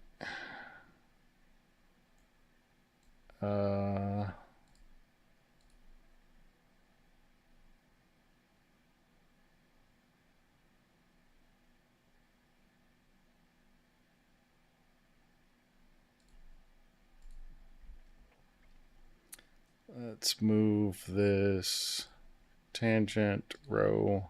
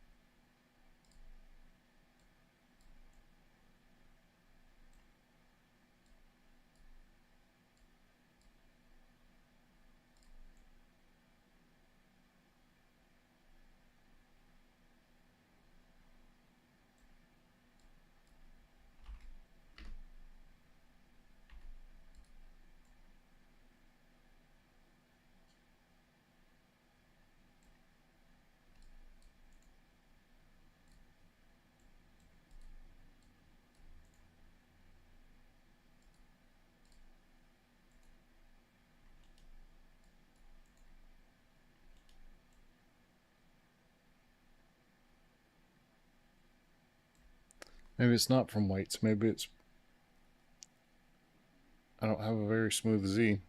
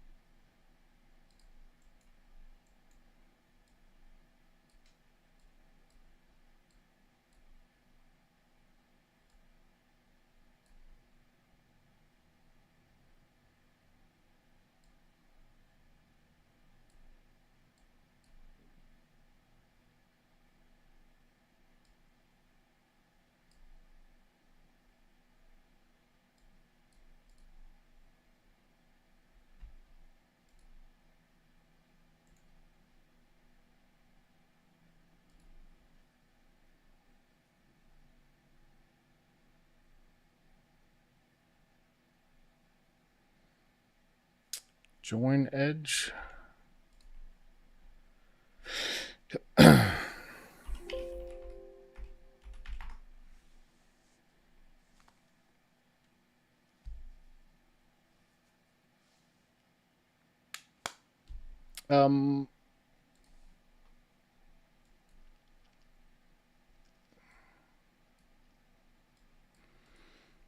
No, I mean, match.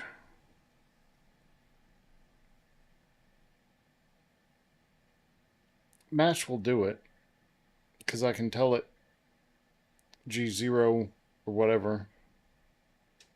G0 for where I want the crease and G1 for where I want continuity. It's just not doing it in two directions at the same time. And I need two directions at the same time.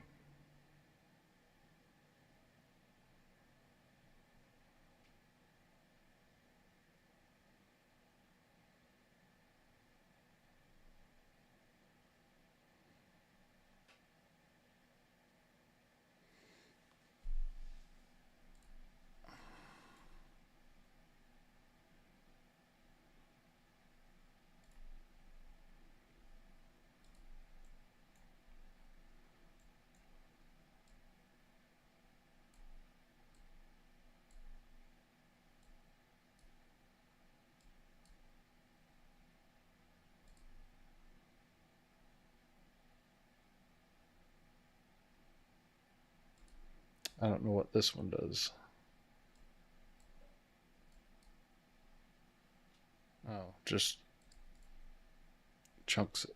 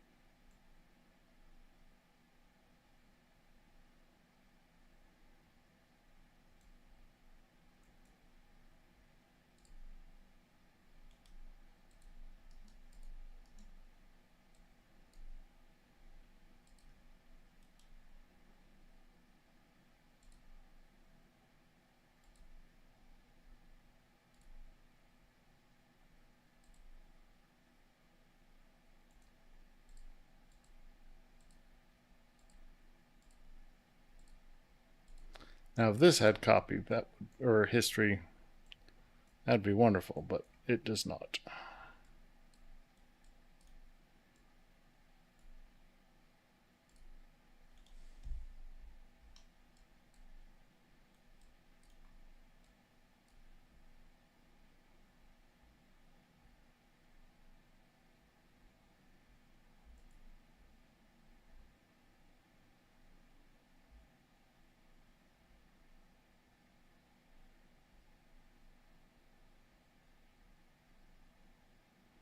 I really like CyberStrack.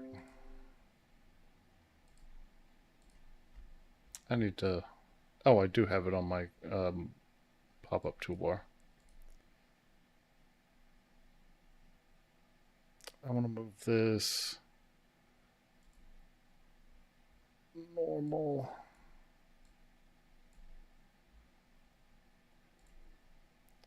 Tangent and then normal.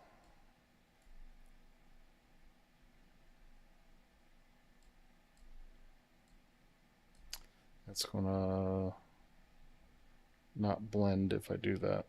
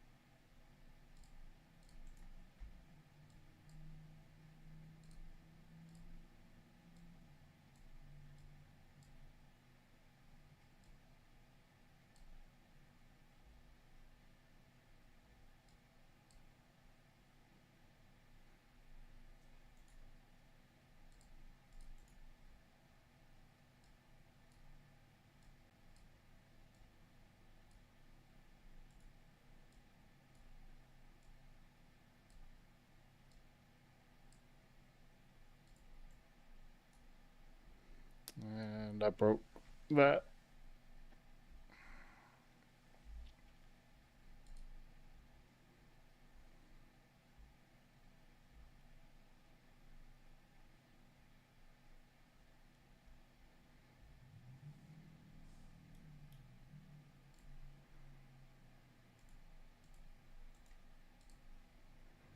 Okay, let's not average and say tangency, preserve other end, tangency.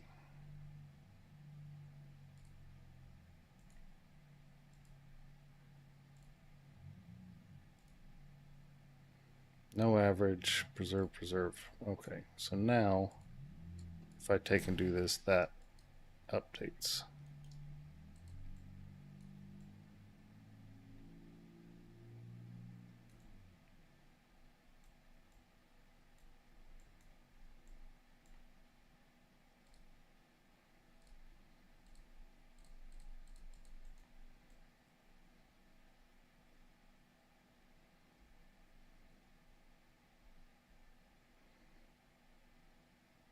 That's the best looking one I've gotten so far.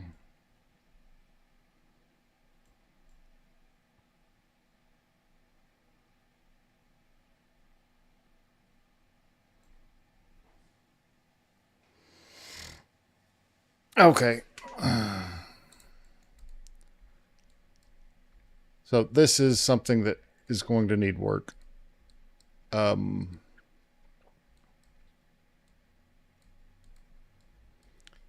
Let's put this all out in the graveyard. Look at our M.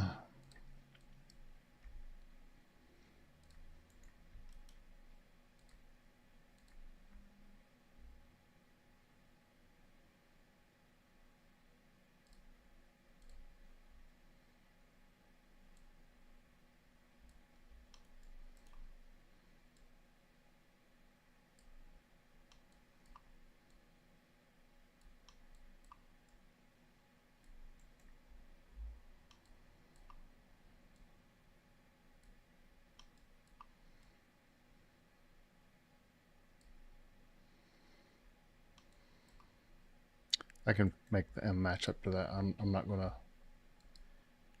That M should probably match up there.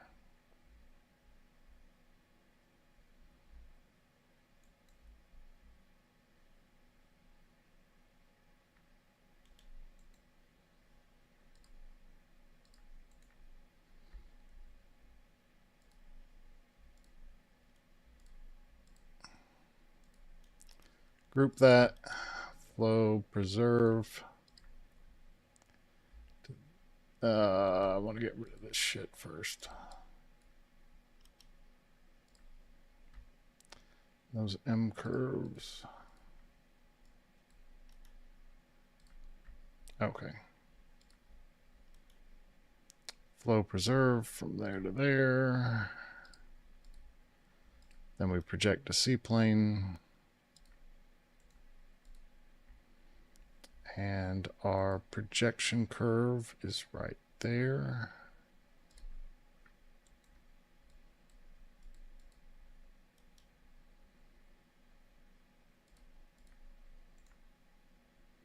We want to group that output. Go back to here. Project to there. Group that output.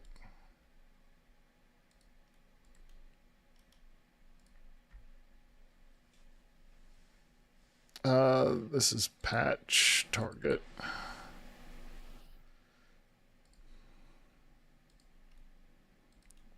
And that's M curves.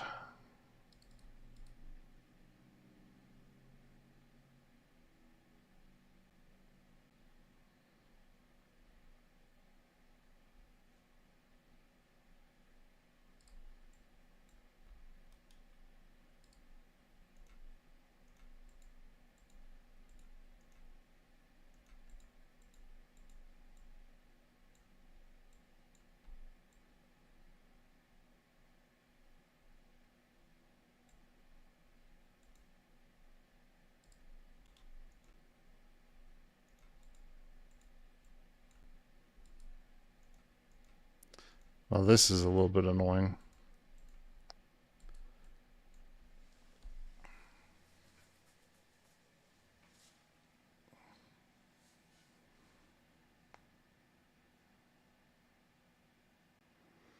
Could I run a join copy on it? Take this group, run a join copy. Take this group, run a join copy. And join copy adds its output to the group, which is fun.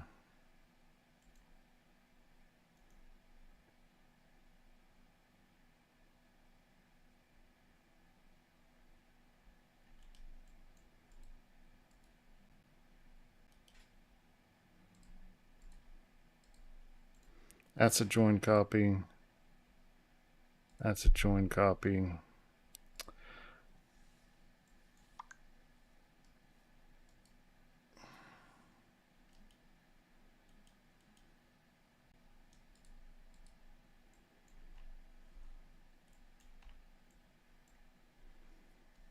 Should have at least stuck a blend in there first.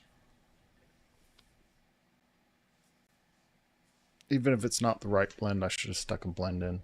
Let me do that real quick.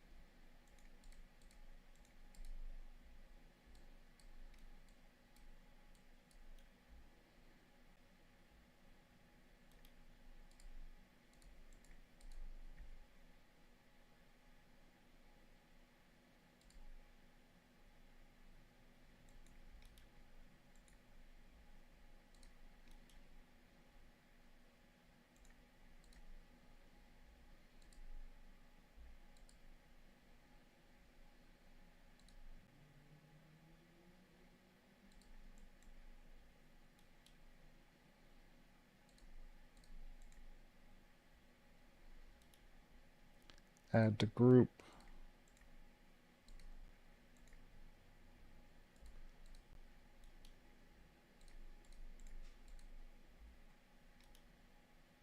Select new, add to group.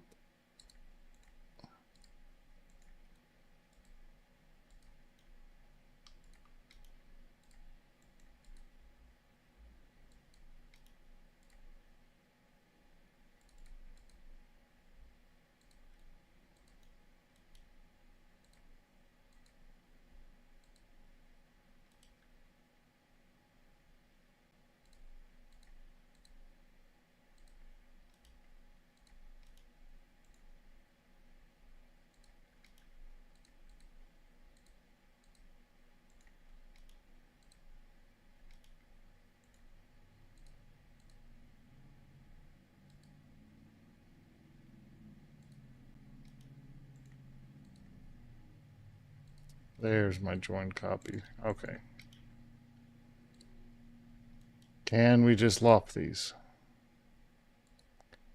Select either open or close loft, but not both.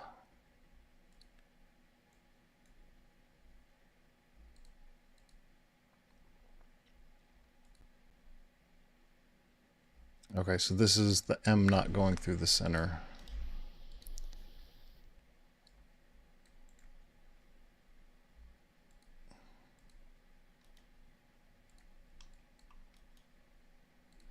Has to go through that center line.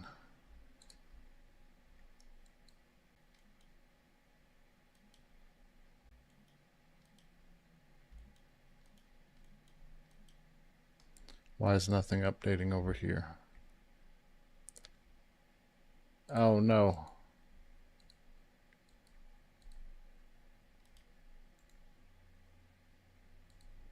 Okay. This better move. That does move.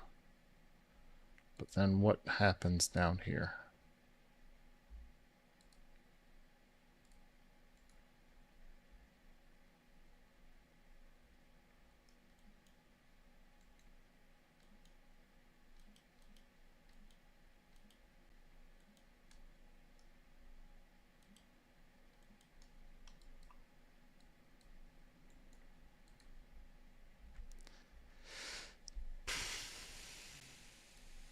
That is trash. I don't know what it is, where it came from.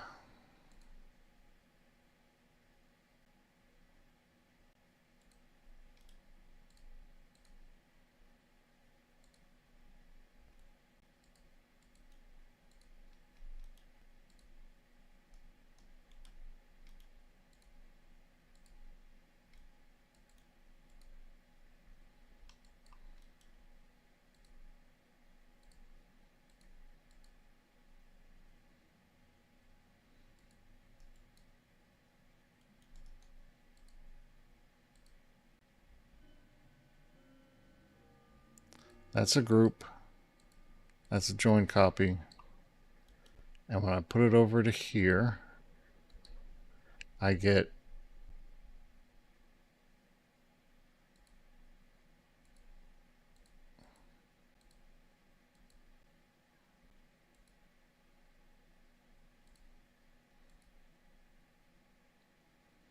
the join copy is not updating because every time it switches off that line, it kills the join copy. Okay. Shit.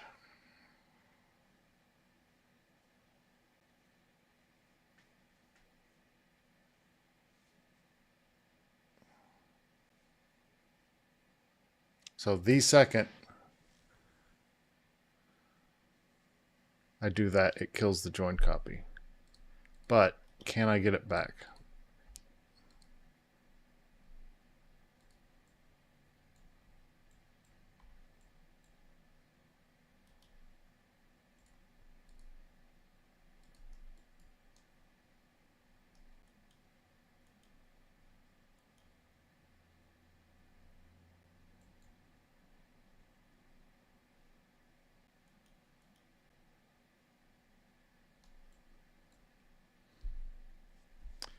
Damn it.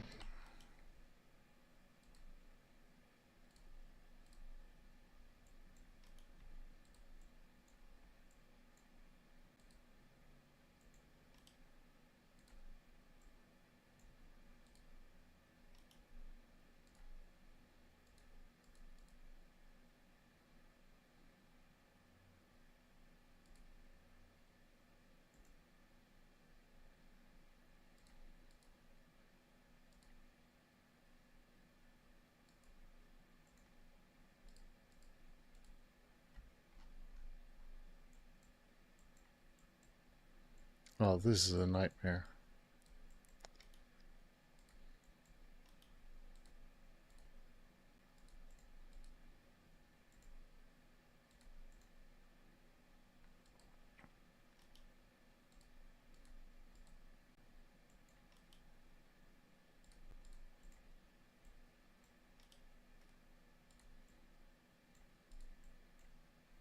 So I'm just doing a test to see if I screw this up, do I get it back, or is history just fucked forever? Because if history's fucked forever, this whole thing does not work. Okay,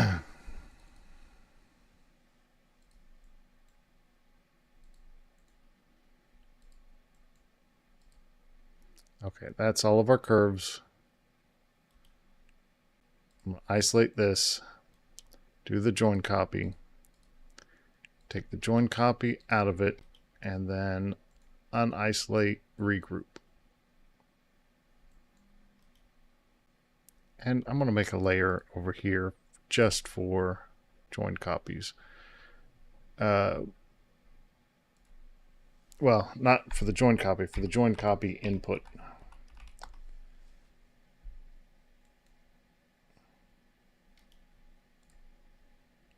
So that is join copy input. And that is our join copy, which is going on curves. Down here,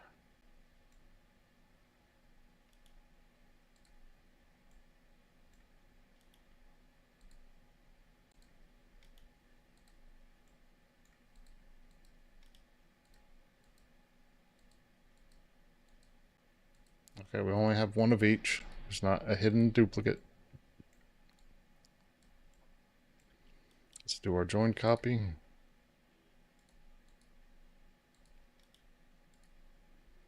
That goes onto curves, hide the rest of this, group.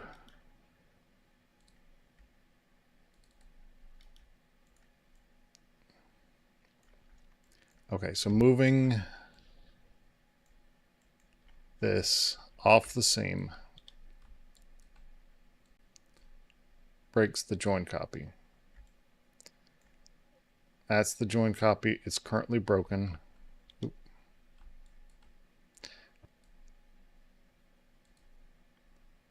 Now the join copy is working. It's not picking up this projection. Okay, I get it now. So as soon as I move this back onto the seam,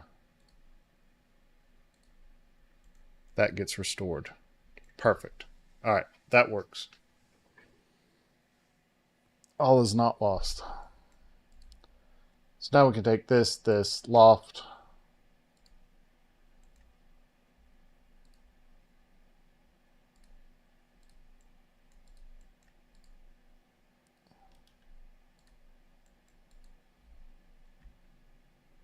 it's a little squirrely, but overall pretty good. Right here, it got some extra control points we didn't want, but that is not bad. And then take these, copy, hide that, paste, trim. The bottom will trim no problem because it's flat. The top is a little bit off, which I figured may happen, but I can fix that.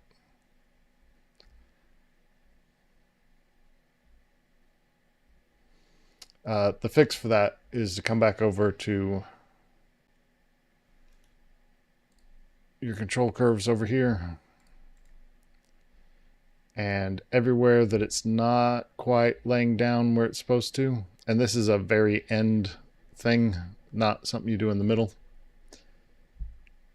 but right here it does not have enough control points, so you just do insert not, and right about where it's sticking up, right there, boom. All right, we need to add another one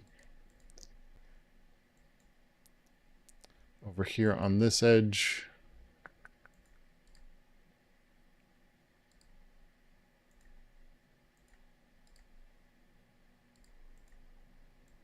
All right, that's laying down.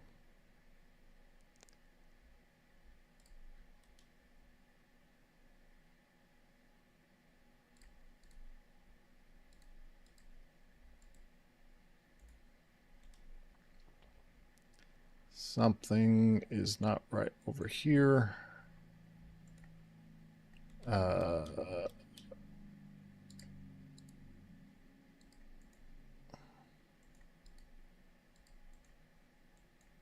Oh, that's the blend.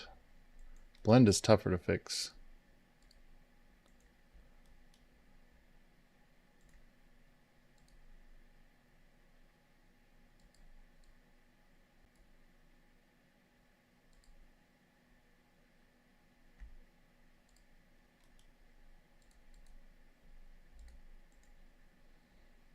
Same thing on this one. Insert not.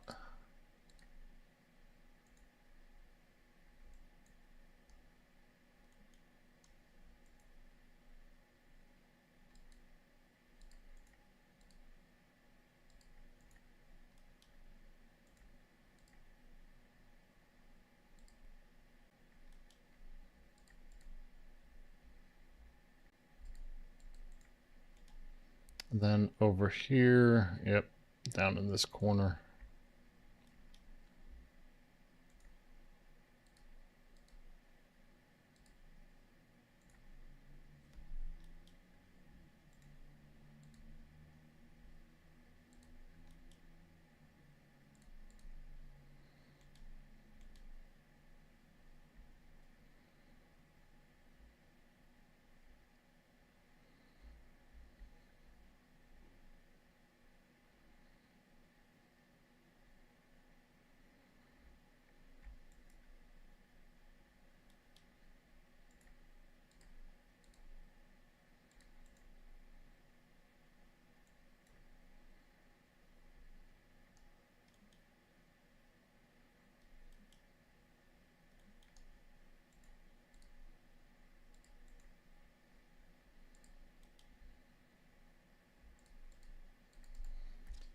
Not that this is the final shape, but this is, I'm just working out how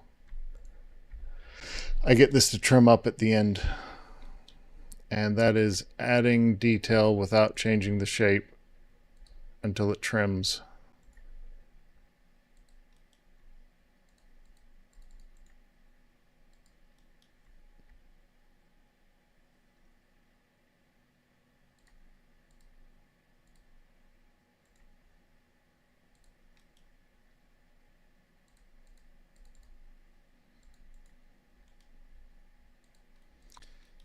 You can also run intersect on here. Not isocurve, intersect.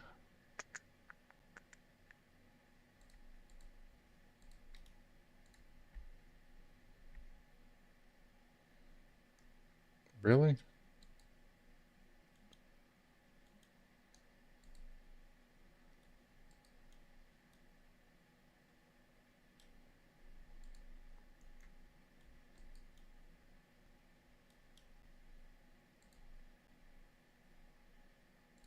Found one intersection. Where is it? That's the only intersection you found? Ooh, that's not a good sign.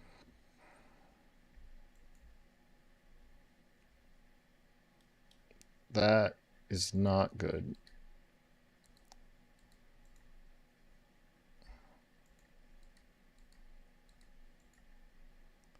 There we go. It was on this side that it was having a problem. Okay. Is there a remove knot? Yeah.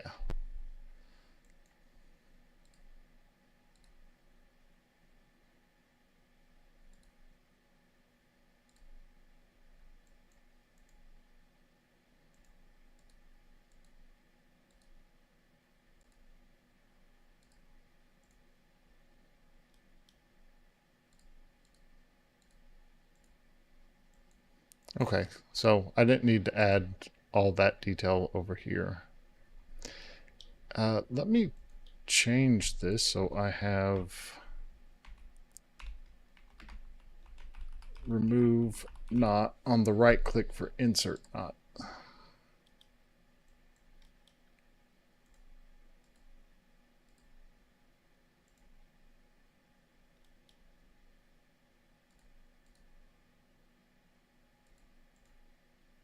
There we go. Now it'll trim.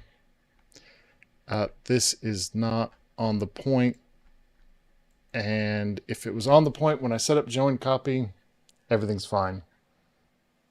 But it wasn't. So now if I fix this, do I even need to fix it? Do I even need to fix it? Did I have to do 4 patches?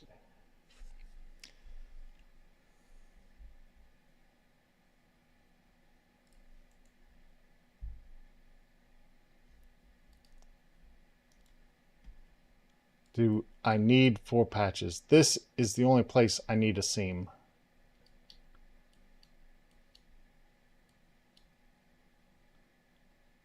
Clear. Oh, there's clear. I could have done 3 patches.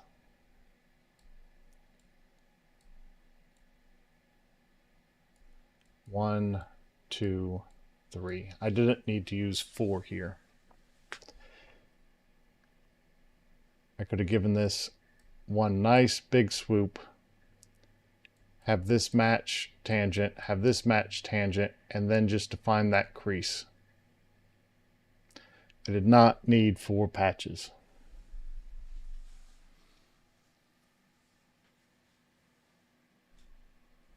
And the M would have been a whole lot easier. Learned a lot of things along the way. It wasn't a complete waste of time, but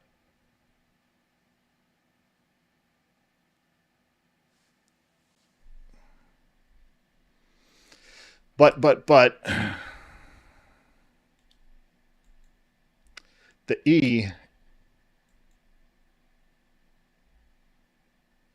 Okay. So if you want to use join copy, make sure you are on the seam before you start.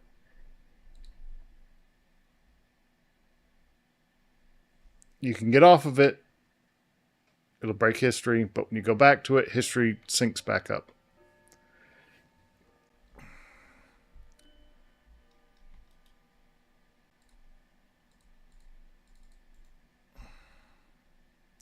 You know, I'm going to do a new dot.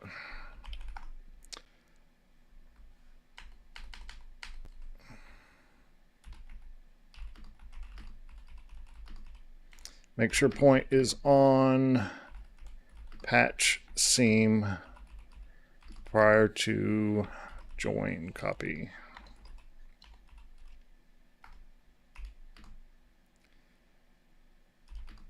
If seam gets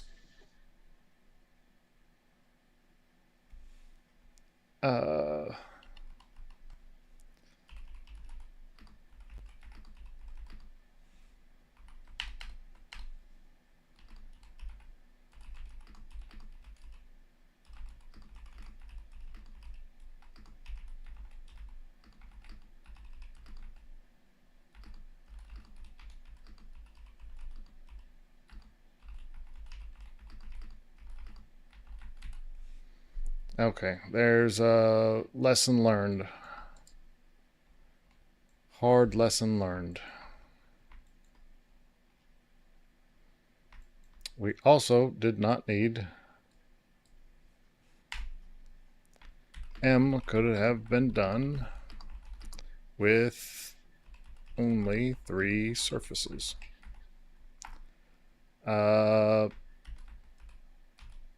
Match surf has history if you don't use average.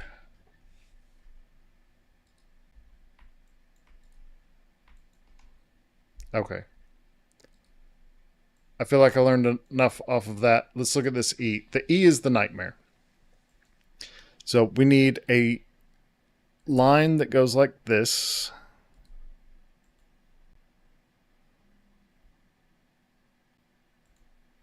We need a line like this.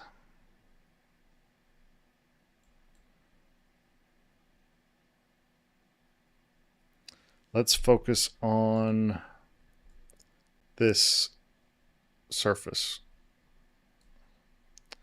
So there's one side. This is our other side. And then as a funky surface. But I don't see another way of doing it. Because when we go to focus on this surface, we need to reuse this same line. That way they'll meet with tangency. We need to reuse that line.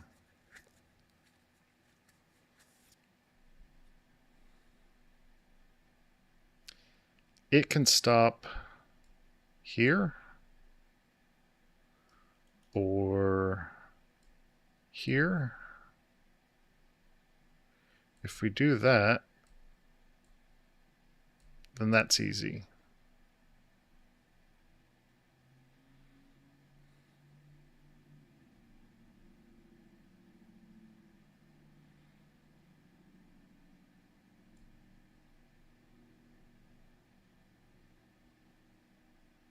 Oh, we could just do like that, I think.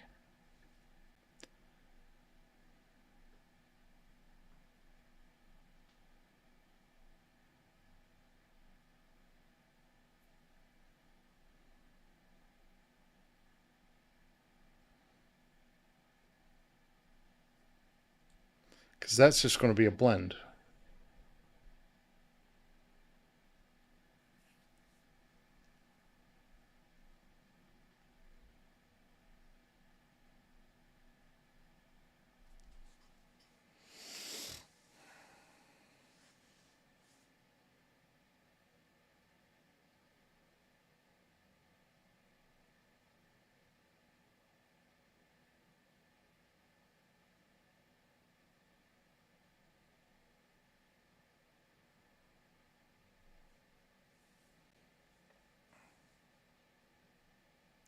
I think the way I usually do this is going to be easier for the E. I think this only works for the M.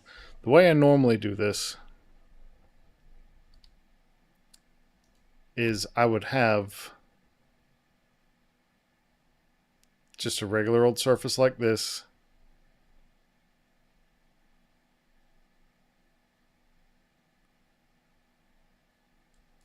I would do a blend to get to there. I'd have a regular old surface like this. That goes on top.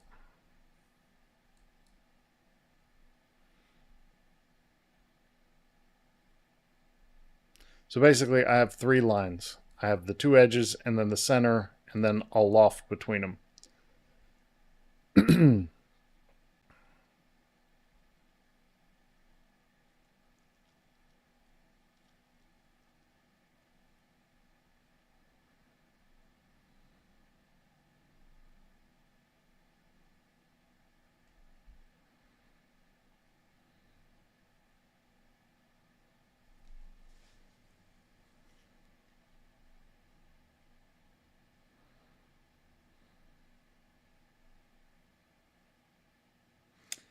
I don't think we get anything out of it. We got something out of this one.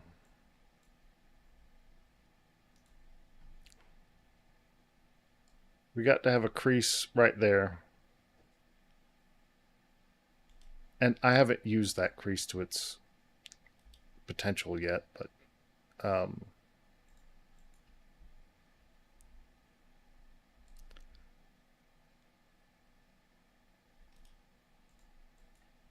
you know, I haven't used, partially because I was afraid to, but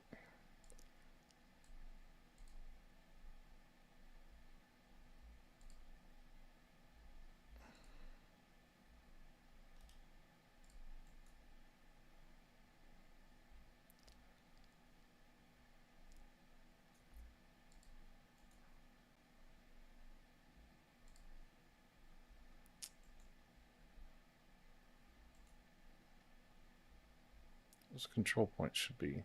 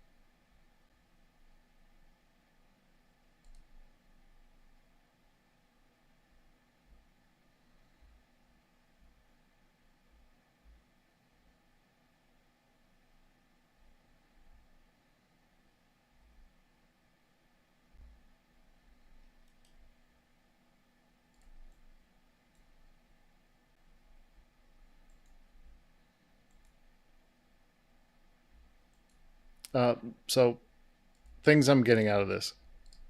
I can quickly adjust the height, the thickness, which there's other ways of doing that, but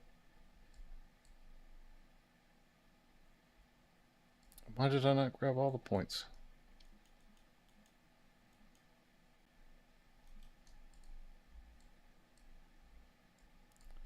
Quickly adjust the height. I get a nice gradient coming from the tip of the M to the tip of the M. So I get a nice gradient across here. Nice gradient across here, but when it comes to the split,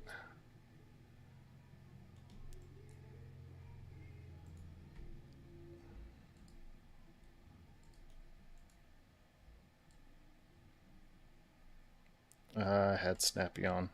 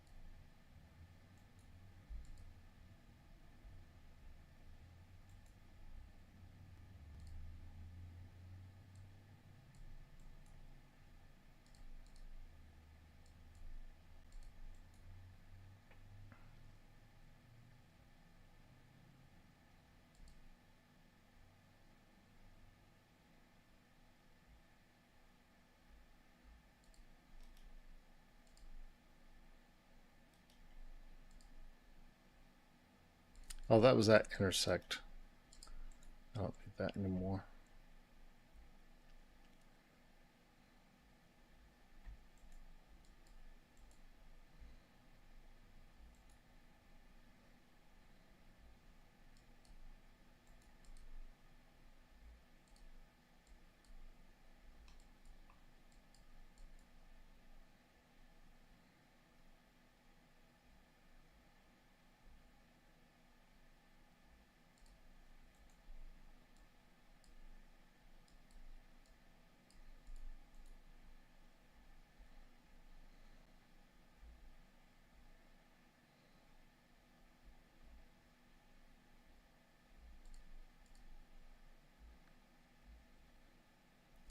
I don't know if it's worth it. I don't know. I don't know if it's worth it. I got something out of it.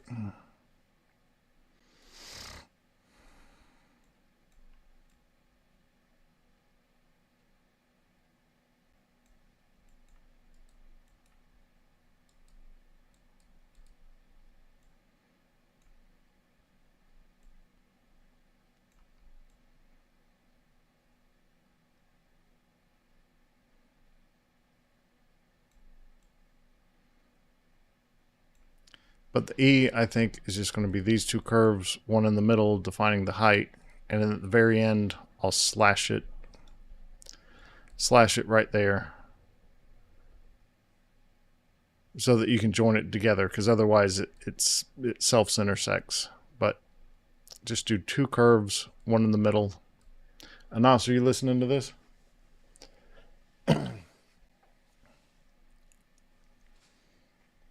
I think we do like we normally do with the letter E.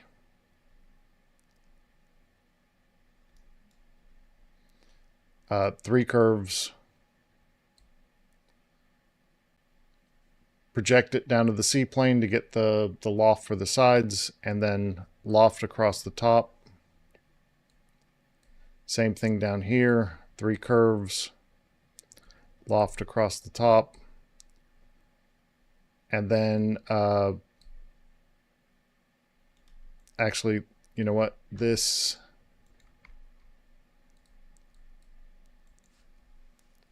continue curve. This needs to come to here because you can't have the blend come from underneath here to the top. It's got to be outside of here to outside of here. So even this needs to be out past, and this needs to be out past before you do the blend. Otherwise it won't join up.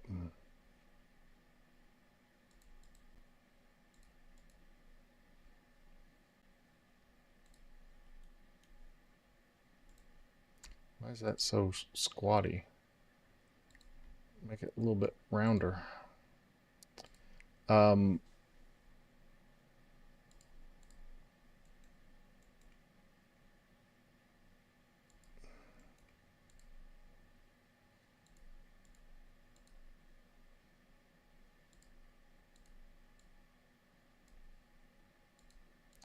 probably be a surface blend.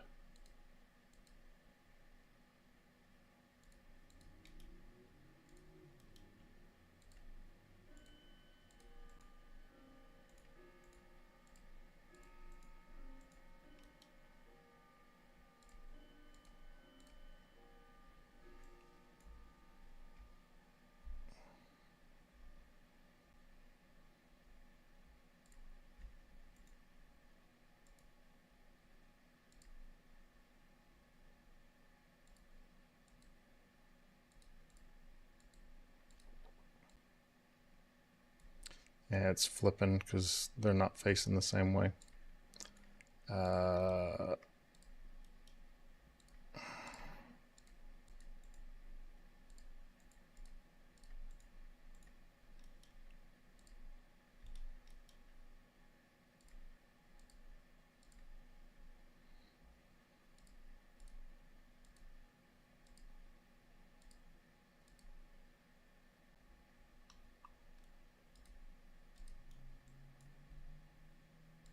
Well, just do a blend curve and loft that then.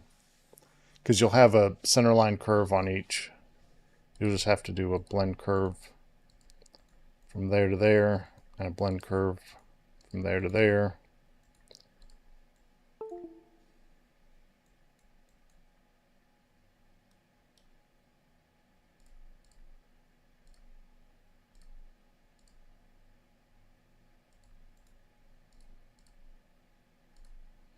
And then you can loft that. Oh, what happened here?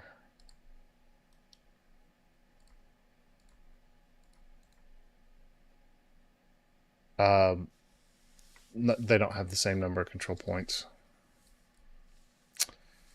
That needs to be fixed. I copy pasted the bottom, but not the top.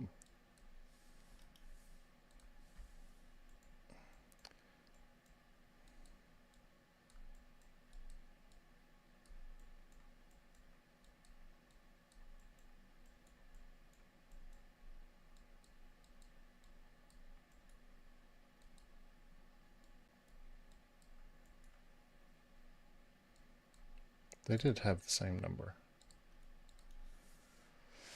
What? 510 and 510. So what is the problem with the loft?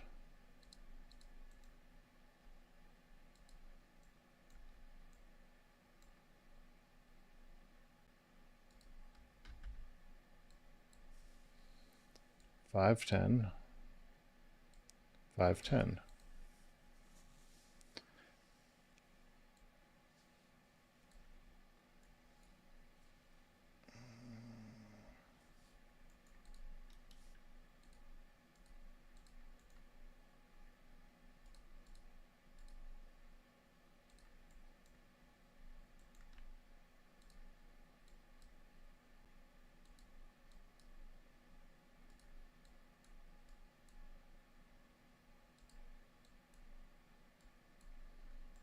That is really weird.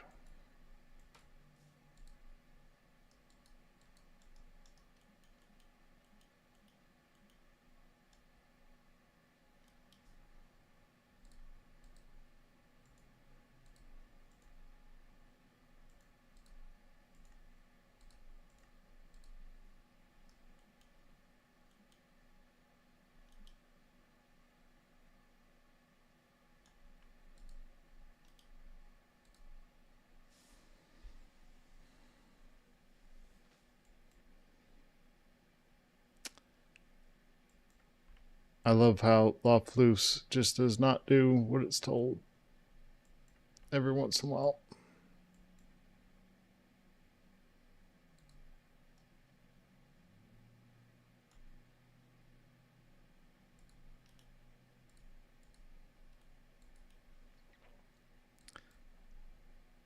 Now it's 511 and 510. Remove not.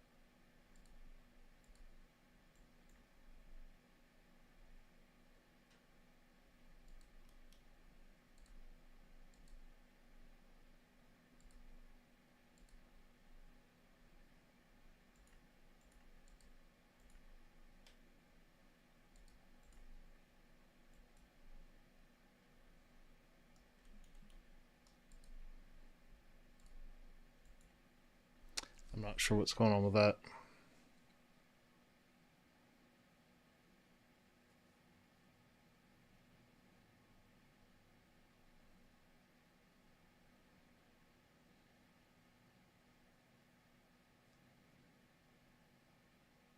Okay. Uncle. I'm crying, Uncle.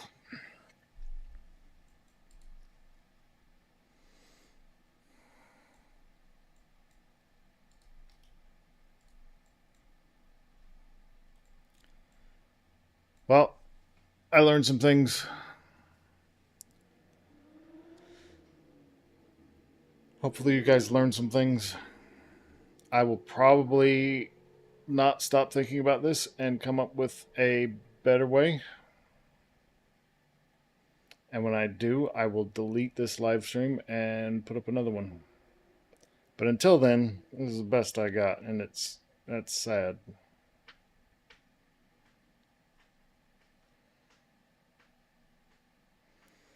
All right. I'll see you guys in the Discord.